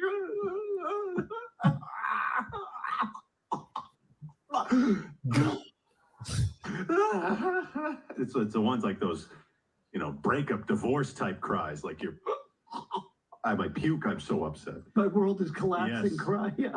Daniel Kelly writes, to me, as a former NFL scout, he's the most mentally fragile player I've ever evaluated, quarterback or otherwise. That is, I told you, that line's terrifying.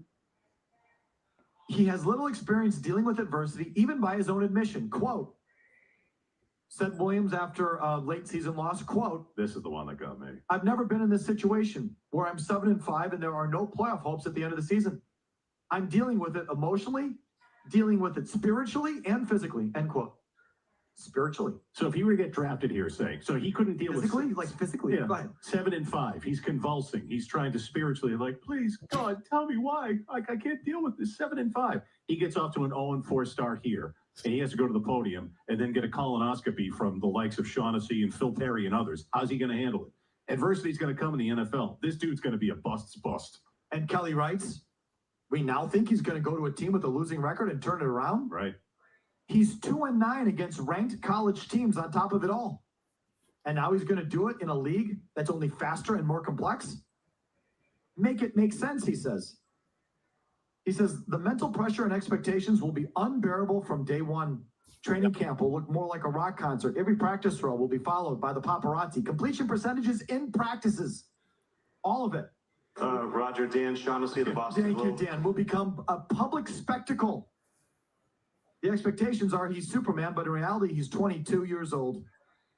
Statistically and on game film, Williams regressed in 2023. This is not headed in the right direction. So that's what Grumpy had sent me. Now, do you remember when I was killing Caleb Williams for crying in live time, talking about Asia stuff? Okay. None of us have been fans of Caleb Williams. None of us. I'll have to pull that up. I didn't like him. I don't think so. I thought X was maybe out of all of us, X was the most positive. I've never liked him. I don't even know what it is that I don't like. He should have never left Oklahoma. I don't think it matters. I mean, to me, that comment where I cannot believe he actually said that he thinks that Patrick Mahomes can't do anything more than there's nothing Patrick Mahomes is not doing anything that I can't do. You know what he sounds like? He sounds like Josh Rosen during the draft when they asked him questions about how he thinks his career is going to go. And he's like, I'm going to have more Super Bowls than Tom Brady will have. I don't think Josh Rosen ever said that. Yes, he did. He roll said the clip. Roll the clip. Like that. Please roll the clip. Okay, I will say that. I did never heard him say that. He absolutely did. Okay, but whenever somebody makes real quick at the combine, people say some of the craziest shit. I remember there's one combine athlete who's like, "If there's one thing you could change about yourself, what would it be?" And he's videotaped. He's like, "Kicker." That was a kicker or punter. A bigger penis. Yeah, that's what he said. I'm like, dude, this is you interviewing for a job. Imagine you're interviewing for a job. And is that what you're saying? If there's one thing you can improve about yourself to be a more integral part of our team, what would it be? A bigger penis. Yeah, that's not going to work out so well, my friend. Act like it's a job interview. Oh, no grump. Yeah, I don't think Patrick Mahomes has to worry about. I'm sure he's not worried about Caleb Williams, snapping at his heels. I'm certain of that. I mean, now if you've seen a picture of Patrick Mahomes, I bet you the Caleb Williams, I bet you eat that. I don't know if he eats as good as Patrick Mahomes does. Patty Mahomes, I like Patrick Mahomes. I don't. Here's the thing: the Justin Tucker thing. Did you hear Travis Kelce on the podcast doubling down on that nonsense? Roll the stuff I sent you, please. More comments. Actually, you're not starting enough comments. I am storing all of the comments. My hand is starting to get carpal tunnel over here. I've started so many comments. So X is definitely choosing quality and not quantity, is what it sounds like. Hey, gotta do what you gotta do. Okay, here it is. So this is what he said. Carpal tunnel too. This is what he said just recently, and we'll watch. Here's the clip of Travis Kelce on his podcast. We're warming up. We do our same warm up every single time on our side of the field. For those of you that don't know what happens in pre-games, the Ravens have their side of the field and the Chiefs have our side of the field. Now, specialists, because of like the wind factor and they go to where both you sides are, they get a chance to kick at both field goals and kind of punt from both sides of the field. But it's always if you're trying to go onto the other team's designated area, you kind of stay out of their way. You don't interfere with what they have going on. That is the unwritten rule. That's the unwritten rule. If you want to be a fucking dick about it, you keep your helmet and your football and your fucking kicking tee right where the quarterbacks are warming up and they're dropping. Eyes are looking left and they got a helmet down by their feet. It's actually kind of dangerous, really. But like, if you're not going to. Okay, having a helmet on the field is dangerous if you're not wearing it. That being said, you see the fucking helmet. Why don't you throw, 5 foot to the left or to the right? Pick that up. I'll happily move that for you. Justin came out. Oh, yeah, so altruistic. Thank you. And he said it was more of a joking gesture and kind of a fun competitive. And I get it. I mean, he was kind of winking at me. What do you think he's going to say? Bullshit. Justin Tucker said, I really don't care about it. It's exactly what he said. That was his quote. I really don't care. I'll tell you what. Kansas City, the last couple, have made themselves unlikable. The players are really unlikable. He's a That's very what happens when you're spoiled. You get every single call that goes your way every single nothing to do with year. the calls. It absolutely does. No, stop. it's the person. It's the person. He's a How do very you think they get that way? X. We're gonna mute you, X. It's the people. It's the person, X. Wrong. You have Donovan Smith chirping every week at whoever he's playing. This guy here, Kelsey, I've hated him forever. Always running his mouth all the time. I hate those guys. They make it unlike. And here's the thing: Mahomes has been making himself unlikable because of his crying. Because I don't think he's a bad guy. And if you listen to him talk, he seems like a nice guy. You don't hear him talking shit about other players, but his constant whining the officials all the time. I think it gets old after a while. It's kind of got to me. I don't hate Patrick Mahomes. I don't dislike him. I like him. But I mean, his whining and Andy Reid and him complaining about the Green Bay game. It's like, dude, stop. Just stop. You get so many calls all the time, and one doesn't go your way, and you want to call the league out. Now they want to change all the rules. Come on, stop it. And this guy's the worst, though. Let's listen to the last 30 seconds. He like being a dick about it, like trying to get under the skin. Yeah, he knew what he was doing. I get it, but you got to understand a little bit. Me and Pat, we've been having the same mentality for this game all week long, man. Yeah, and it was you got to go in there and have the right mind frame, have the right mindset, and we just weren't in a joking mood. We were ready to get after it. Oh, all big jokes, but they're not joking around. And so, Justin, sorry if we took it to a level that you didn't think it'd get to that play, but if you're going to be a dick, I promise you, I can one-up you every time. I don't doubt that at all. Now, and here's the go ahead show. We're warming up. Well, I do have a few more of these. I do like this. I wonder if the Titans, because now all the people are like, well, look at all these fucking warm-up. Hey, I just went to the game. Let's see if they're fucking around with Justin Tucker right here. Wow, he's kicking right there from point blank. Maybe they should go ahead and start. We're going to fucking warm up here, buddy, and start throwing his fucking tea all over the place. There was a clip. There was a thing that we sent you. I literally sent it to you, TJ. Where you see Harrison Butker's doing the same doing the same thing right down the other side at the same time. You can see them both in the picture. He's doing the same thing. Oh my God. Yeah. Okay. Oh, he's doing the same exact thing at the same exact time. So, I mean, they all do it. And he's right. Kickers absolutely do that. They get to do it on both sides of the field. I mean, this is literally just a screenshot picture you wanted me to put up. Yeah, and Harrison Butker. So I guess he's just as bad as Justin Tucker. Right? Maybe they should throw in a Harrison Butker shit all around the damn stadium. Now I agree with what TJ said about the helmet, though. Yeah, it's just like you can't have helmets laying around. But here's the thing: don't fucking warm up next to a helmet or a guy warming up from another team. This is what you're talking about, Grumpy. Wow, here's the thing. Wow, what a fantastic picture! Thank you. This added a lot of value to the show. If you zoom in, you can see it's him. Hey, let's just zoom in a million fucking times. It's not like X. Like, dude, what did you do? He messed it up. I didn't mess anything up. Here's the thing. You want this one, X? We'll have to get ready, guys. Let's pull out our binoculars. Let's take a look here at this one because X is gonna like this. Here, let's zoom in. How could you tell where he is? You can't tell if he's on the 5-yard line, the 10-yard line, the goal. He's on the other side of the field kicking, doing the same exact shit. Nobody's saying Travis Kelce even said he didn't give a shit about that. Everybody warms up on both. Then why is he throwing Tucker's shit around? If he doesn't care about it, why are you throwing his shit around then? If it doesn't bother you that much. Here's the thing. It does. He's a child. Because he's a child.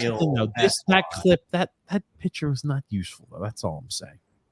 Anyway, it's him over there. Anyway, let's continue here through some more comments, X. God, you're useless. Okay. Grump, I don't know. I know you don't care if athletes gamble or take steroids, but what about murder, allegedly? Thoughts on O.J. Simpson's football career and legacy? I mean, he murdered his wife and the Goldman kid after his football career was over. I don't think it minimizes what he did on the field. That season in 1973 where he ran for over 2,000 yards was magical. It really was. running behind the electric company, and it was tremendous. Like I said, I am able to separate a player's abilities when they play and, whatever goes on off the field. I mean, I can not necessarily like them as a person, but I can still, I admire greatness. I do. Yeah. It's I'll say this here. He could swing a machete too. Well, I'll say this. He'll never be remembered as a football player because of everything that happened off the field. He's such an unlikable guy too, where he's like, "Hey, Twitter," or something like. I can't remember what he always comes on. He always does the same things. He's like, yours truly, yours truly. That's it. Yours truly, O.J. Simpson. And he doesn't even say O.J. Simpson. He just says yours truly. He's such an unlikable guy. You cannot even understand, neither one of you.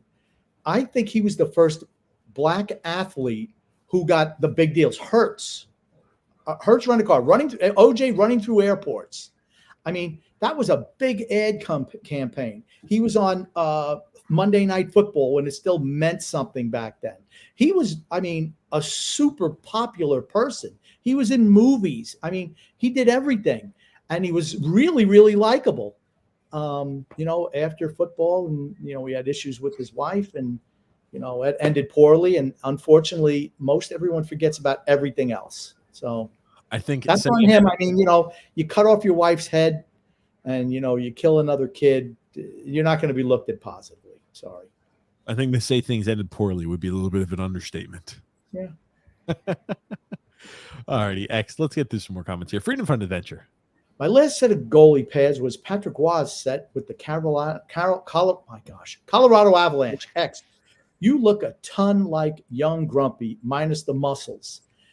Actually, he is the spitting image of my dad when he was young. Very, very similar. Very similar. Grandpa. I have a smaller nose than the creator of Grumpy. That's right. And X's snouty. I'm a spitting image of the creator of Grumpy. Okay. Come on. Let's move along. Read this one, TJ. He says, does anybody know for sure how much shipbuilding experience Noah had before he began building his ark? I want to say none. That's none. What makes it. Yeah, none. I'm going to say none also.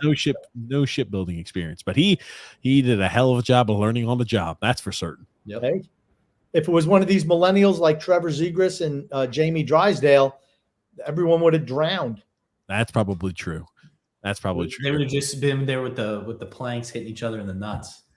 That's Joseph C. Grumpy doesn't seem to care about all the crying Tom Brady did. Okay. I saw this comment early. Wow. Brady, when he got hit late, absolutely would complain about it. Mahomes does that too. Mahomes complains anytime he gets looked at. Here's the difference. You see Mahomes on the sideline arguing with officials when other units are out there. Brady never did that. Never ever once did you see Tom Brady complain about the officiating in post-game press conferences or pre-game or at any time. On the field, when the bullets are flying, absolutely he did. But never in a press conference, ever. Never freaking ever. He always took the bullet for himself, always. Sorry, Joseph C. That's why I've got something you're gonna like about that, Grumpy. I actually had this. I have been saving a whole bunch of clips I just haven't actually shown. And now here it is. X, remove that comment here. All quick. Brady did was bitch when he got touched, Grumpy. That's it. This is it right here. This was, and Grumpy, do you remember this particular play right here? I think touchdown wasn't counted. Did they lose the Chiefs this game? Yes. Yeah. One of the regular season wins for Patty Mahomes. Let's listen. Let me put here. To a touchdown pass, a legit touchdown pass to N'Keal Harry that was not whatsoever. And how frustrating is that? Yeah. It's doesn't happen very often. So, it happened. So we still had a chance and wish we could have scored there at the end. So. I don't want to blame the officials, but you realize you threw a touchdown pass. So, I'll say this about him. He never did it. He never did. Complain about when he got hit and try to get favorite for calls. Sure, you never see him after they have a chance to cool down. Him being an irrational child, I was like, ugh, yeah. never, ever. Yeah, Never. and there's just a clip right there. So X, what are the comments we got here? Maybe just got one more. That's the difference between greatness and whatever Patrick Mahomes is. Frank says, I love how X leans in to emphasize LOL. That's right. Here you go. Grumpy, I'm not sure if you happen to see this, but Inter Miami played that Al Nassr squad, Grumpy. And you remember the Saudis, we've been hearing from a few select members who listen to this I show. noticed they're not here today. Yeah, that is kind of crazy. They're not. I'm not here surprised. today. I'm not surprised. They're not here today. That's right, because The we Road heard, Boys, Alex and Derek. we heard we heard all about how hey, the MLS is so much better than the Saudi League. So much. And I said, absolutely not. You're nuts. You're off your rocker. But both of these teams, and now they're just playing friendly. So albeit take it with a grain of salt. They're friendlies, okay?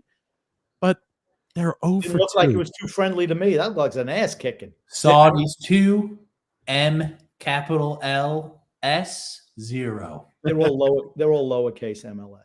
Yeah, they got beat 6-0 today by Al Nassr, who was missing Sadio Mane, Cristiano Ronaldo. The list goes on. Starting goalkeeper, midfielders. They're missing a lot of players. Yes, they did have a little video of Messi and Ronaldo sitting up in the box watching. Cristiano said he didn't have to play today. Here's the thing. I don't even want to show it because the soccer clips historically get our channel the video removed immediately. I'll just look at it this way. Messi was frowning and Cristiano had a little smile on his face, like told you. Yeah. Here's the thing.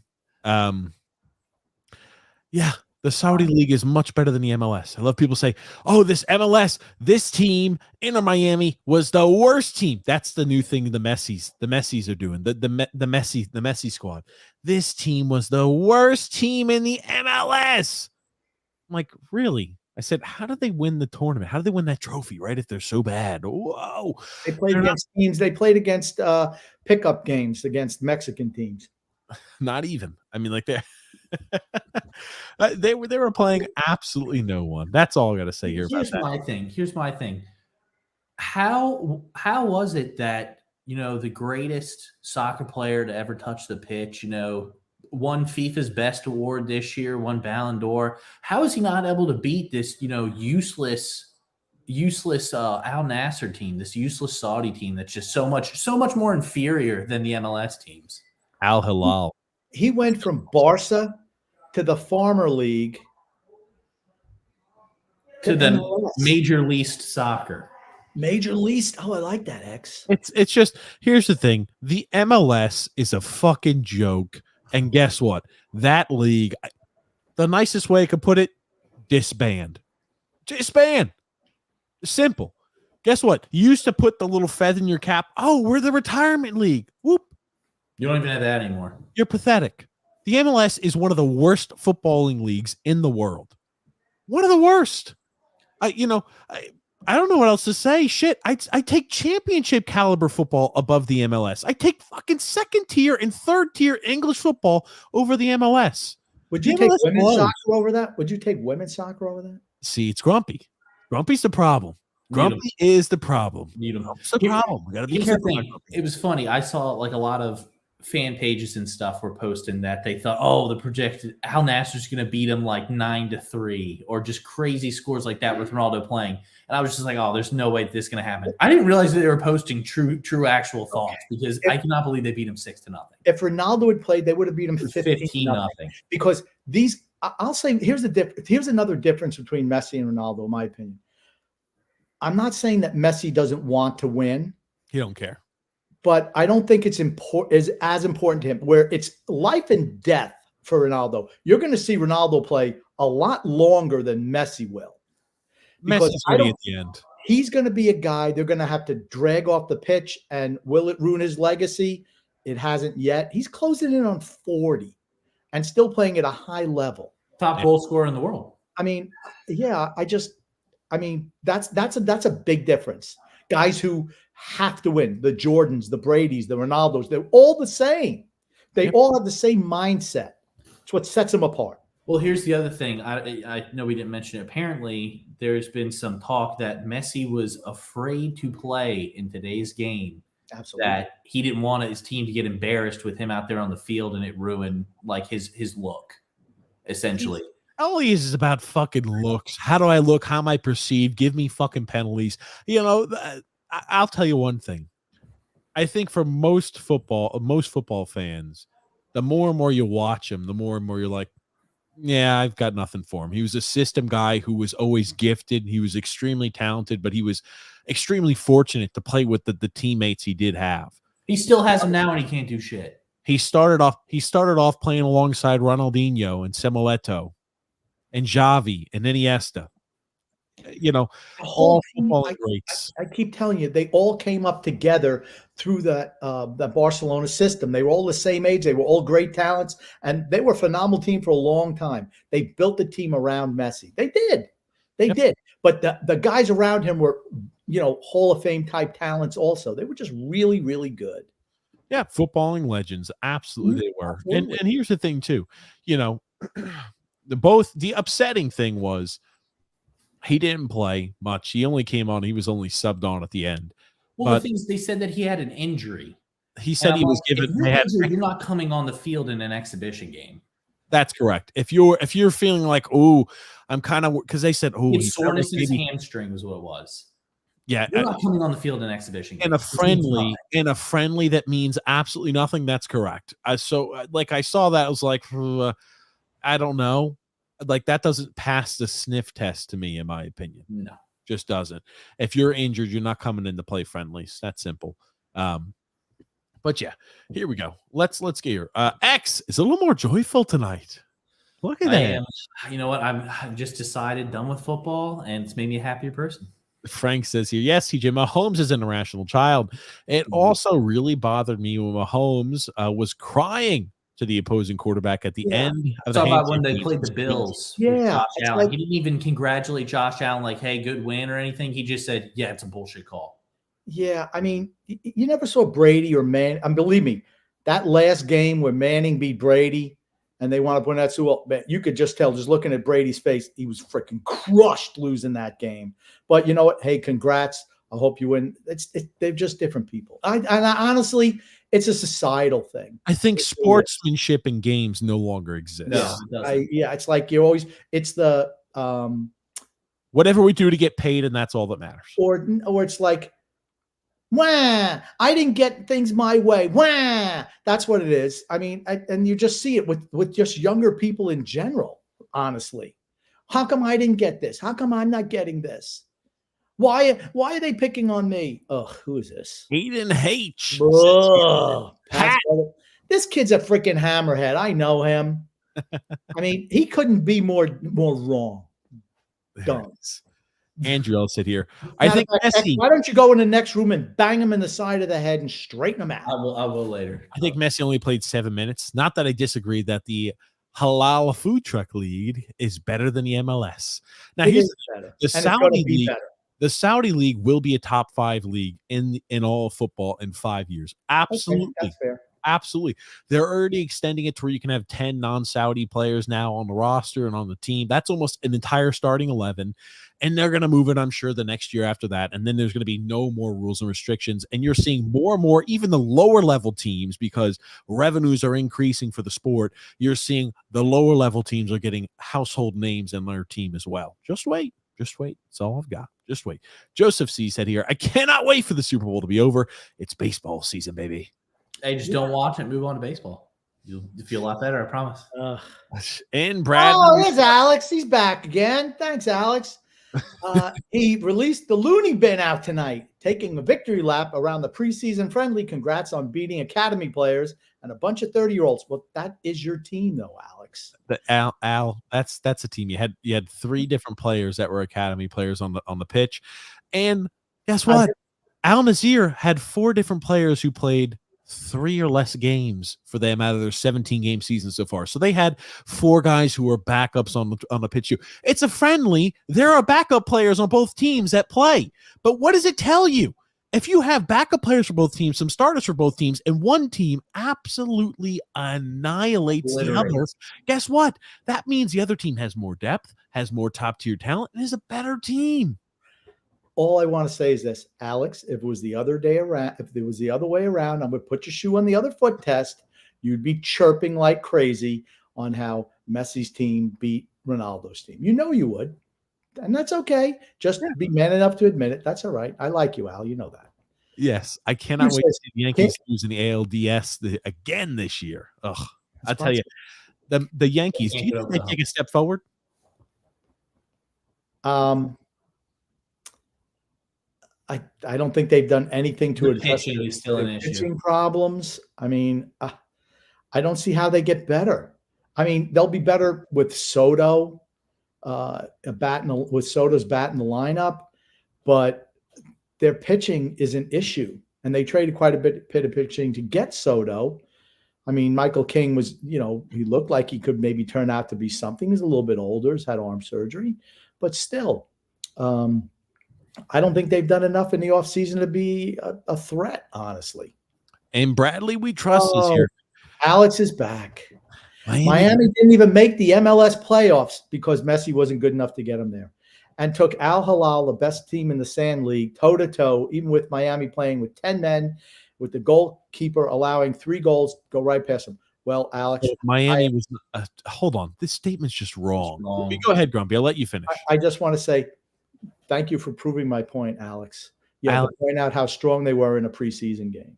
Alex, I'll say this too. That Al Hilal team was playing with 4 of their starting back 4. They're playing 1 starter. 3 players were out due to AFCON, and they're missing their starting goalie.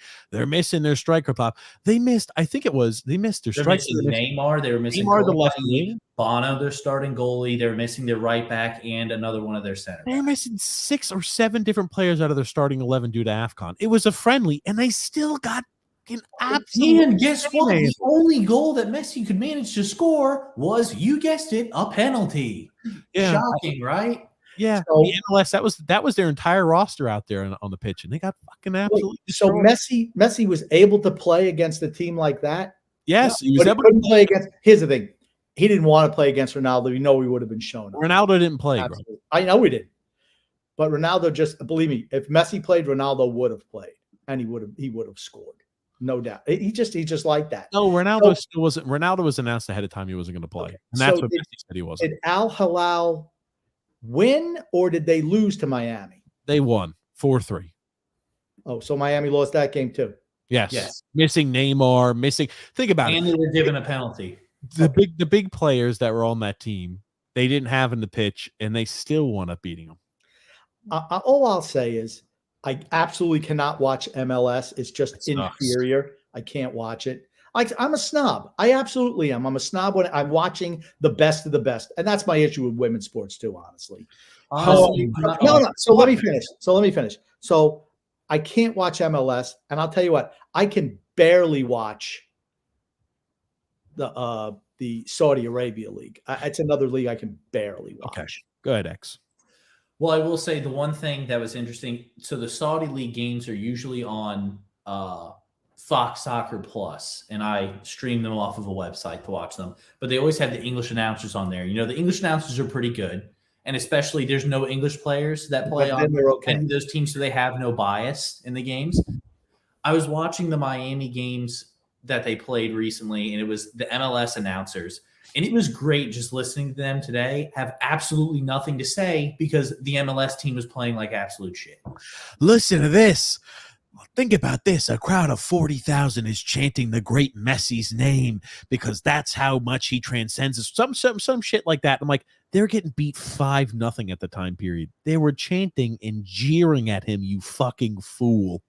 It was fantastic. They were cheering so much for him against Al Hilal that the Al Hilal fans even did Ronaldo's celebration against Inter Miami. It's just their rival club. Their rival club did. Think about that. Were they chanting Messi's name like this?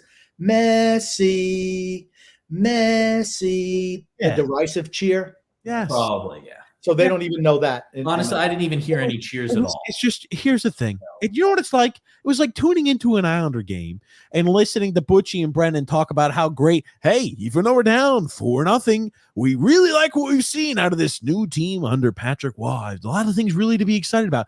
No, your team's getting their asses whooped 4-0 at 5-0 for Inter Miami's case. But just call it what it is. Nobody wants to hear 3 goals in like the first 13 minutes of the game. In Bradley, we trust. Messi turns the worst MLS team around and wins a trophy. Ron plays for a top 3 team and still can't even win his own league. Levels do this. They didn't. Okay, now Alex, Miami didn't even make the playoffs. You had said so yourself before. Didn't even make the playoffs, and they won some friendly tournament against like Mexican 5th division teams. Come on. Let's be a little realism here, just a little bit. Ronaldo is the king. Take your little man who lost to the king often and stick him up your ass. Portugal, Frank says. Okay, here. And Bradley we trust says here, Ron plays every game like it's his last to make himself relevant. Top heavy, and they blow. Interested to see the return fixture in Miami. That will never happen since Ron needs his 99 lashes in Iran still. Here's the thing, Al. I'll say this much. Hold that Guess out. what? Guess what? There's a reason why Inter Miami traveled to Saudi Arabia, because they were willing to pay to have him to come there. Guess what? There's a thing that the MLS can't do to make them a legitimate contender. Thank God. The same way the Saudis can. No It's the money. reason why the Saudi League is better than the MLS, and it's the reason why the Saudi League will be a top 5 league in all of football, because they have the money that nobody else can compete with. Can I just tell you something? You've called the MLS the Hamburger League. They're not. They're the Hamburger Helper League. Oh, shit. Yeah, that's true. They're the Hamburger Helper League. Not even. Joseph C said here, the Orioles picked up Corbin Burns. That's a hell of a move for them. They needed an ace if they wanted to finally make the next step. Yep, we talked about that earlier. Big move. We talked about Huge it. move for them. Derek Monroe, Grumpy. So excited for X to watch KC in the Super Bowl for the 4th time in 6 years. 3 Super Bowl MVPs in 6 years on his way. Okay, but he hasn't even won 3 Super Bowl championships. What are you talking about? On the way for MV Pat. No better 6-year start to a career in NFL history. Acknowledge it. I will. Here's what I'll say. Here's what I'll say. Patrick Mahomes has proved he is the best quarterback in the league right now. Yes. With that, I mean, I think number 2 is probably Burrow. But that's the one team they really can't beat is Cincinnati and Burrow. That's the team they struggle with the most. Diversified offense. But that's what he's shown right now is he's the best quarterback in the league right now. Here you go. Frank says it's embarrassing that Messi went to the MLS. What a sellout. Yeah, here's the thing. I've always said this. Cristiano, right? I was talking to the Monroe brothers today, and none of them can answer the question. Cristiano, first big name player to go to the Saudi League. The Saudis, it's not like they just inherited all this money now that they can use on sports. They've always had the money. Why did nobody go to the Saudi League before Cristiano? Cristiano made it okay to go to the Saudi League. Him moving to the Saudi League brought legitimate players, brought legitimate footballers to that league, and brought legitimacy to the league. Guess what?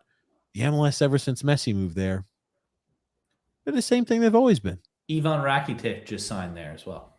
Yeah. The Saudi League, sure, absolutely. And so did Rene Lodi. Yeah, guys who are playing in Premier League teams. So here's the thing: the MLS is second fiddle. Not second fiddle is doing 64th fiddle. 64th fiddle. My little brownie, Grumpy.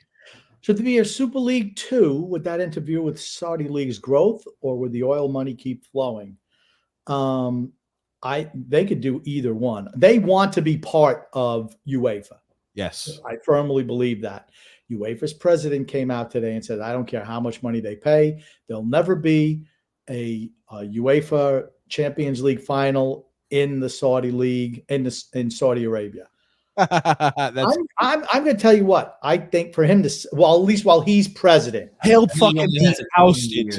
There's enough fucking money. They'll be like, see you later, buddy. We got money else that we can make. I think his name is Alexander Seferin, and he rules it with an iron thumb like they all do. It's a monopoly.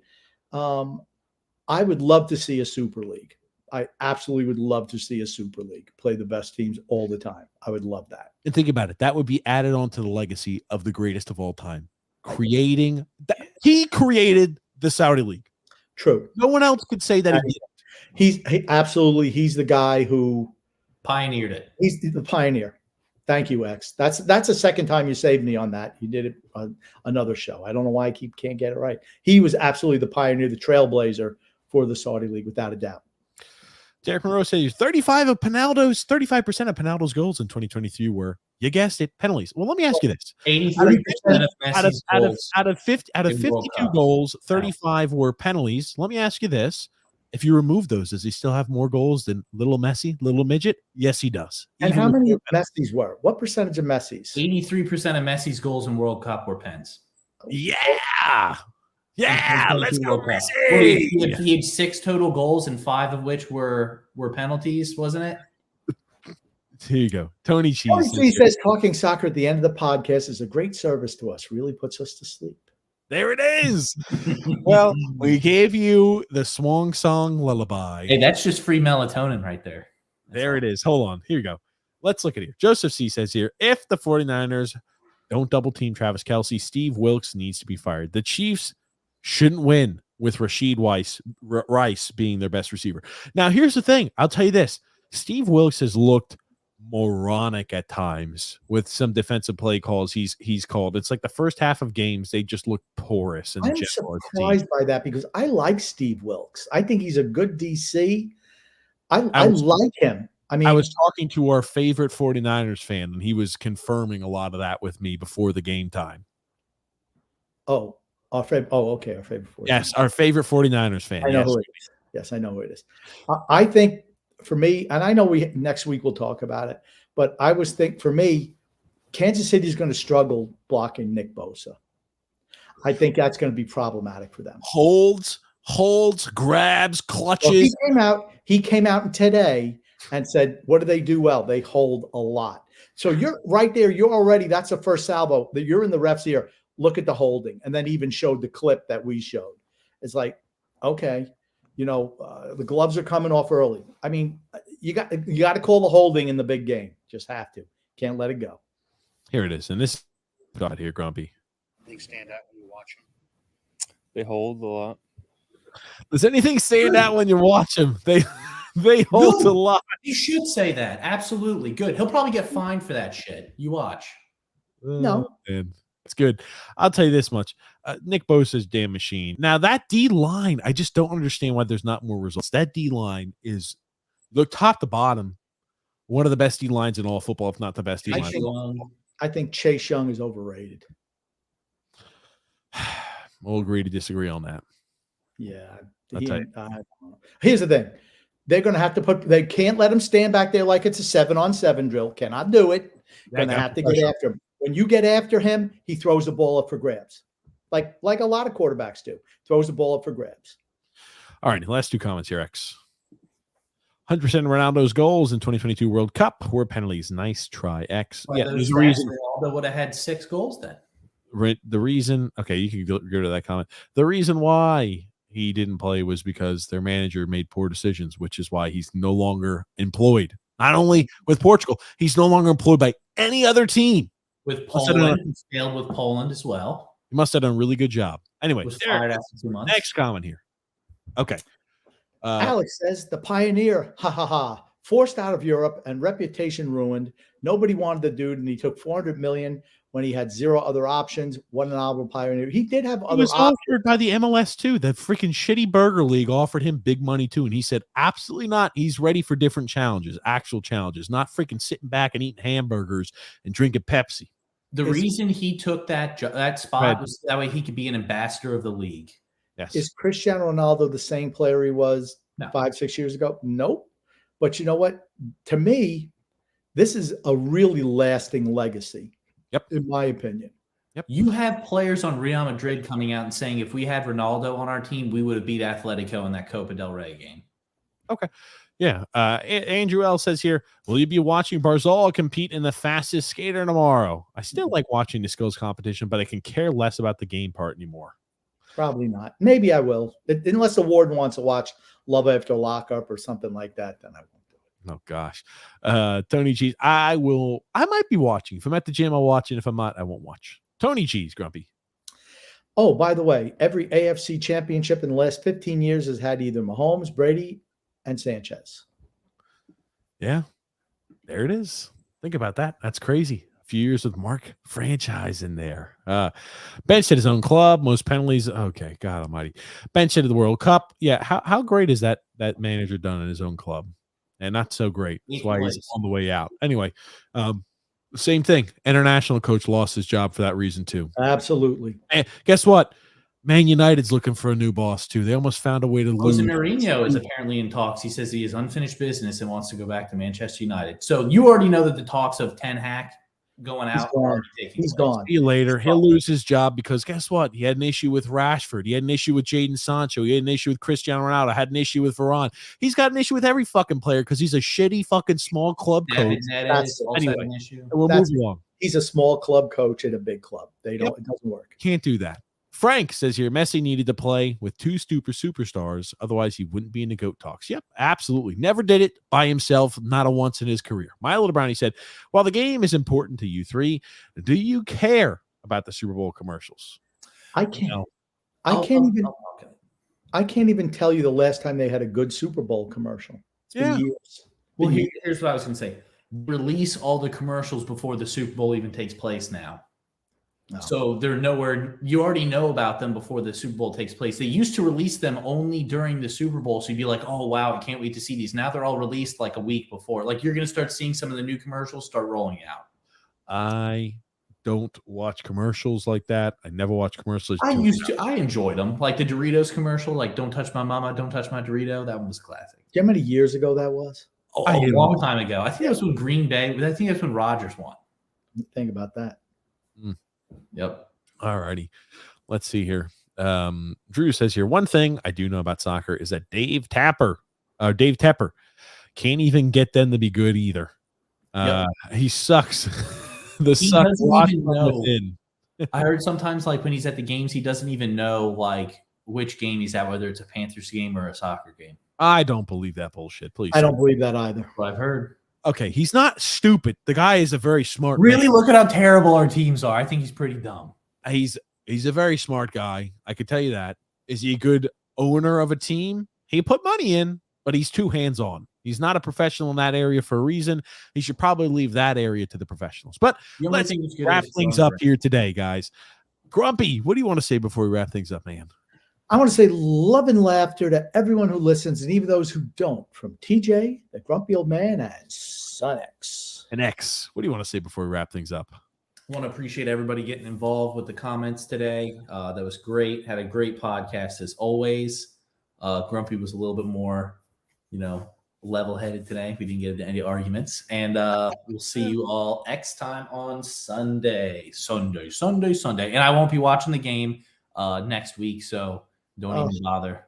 All righty. Let's wrap things up here, guys. Thanks so much, Grumpy. Thanks so much, SunX. Thanks, everybody, for tuning in and commenting.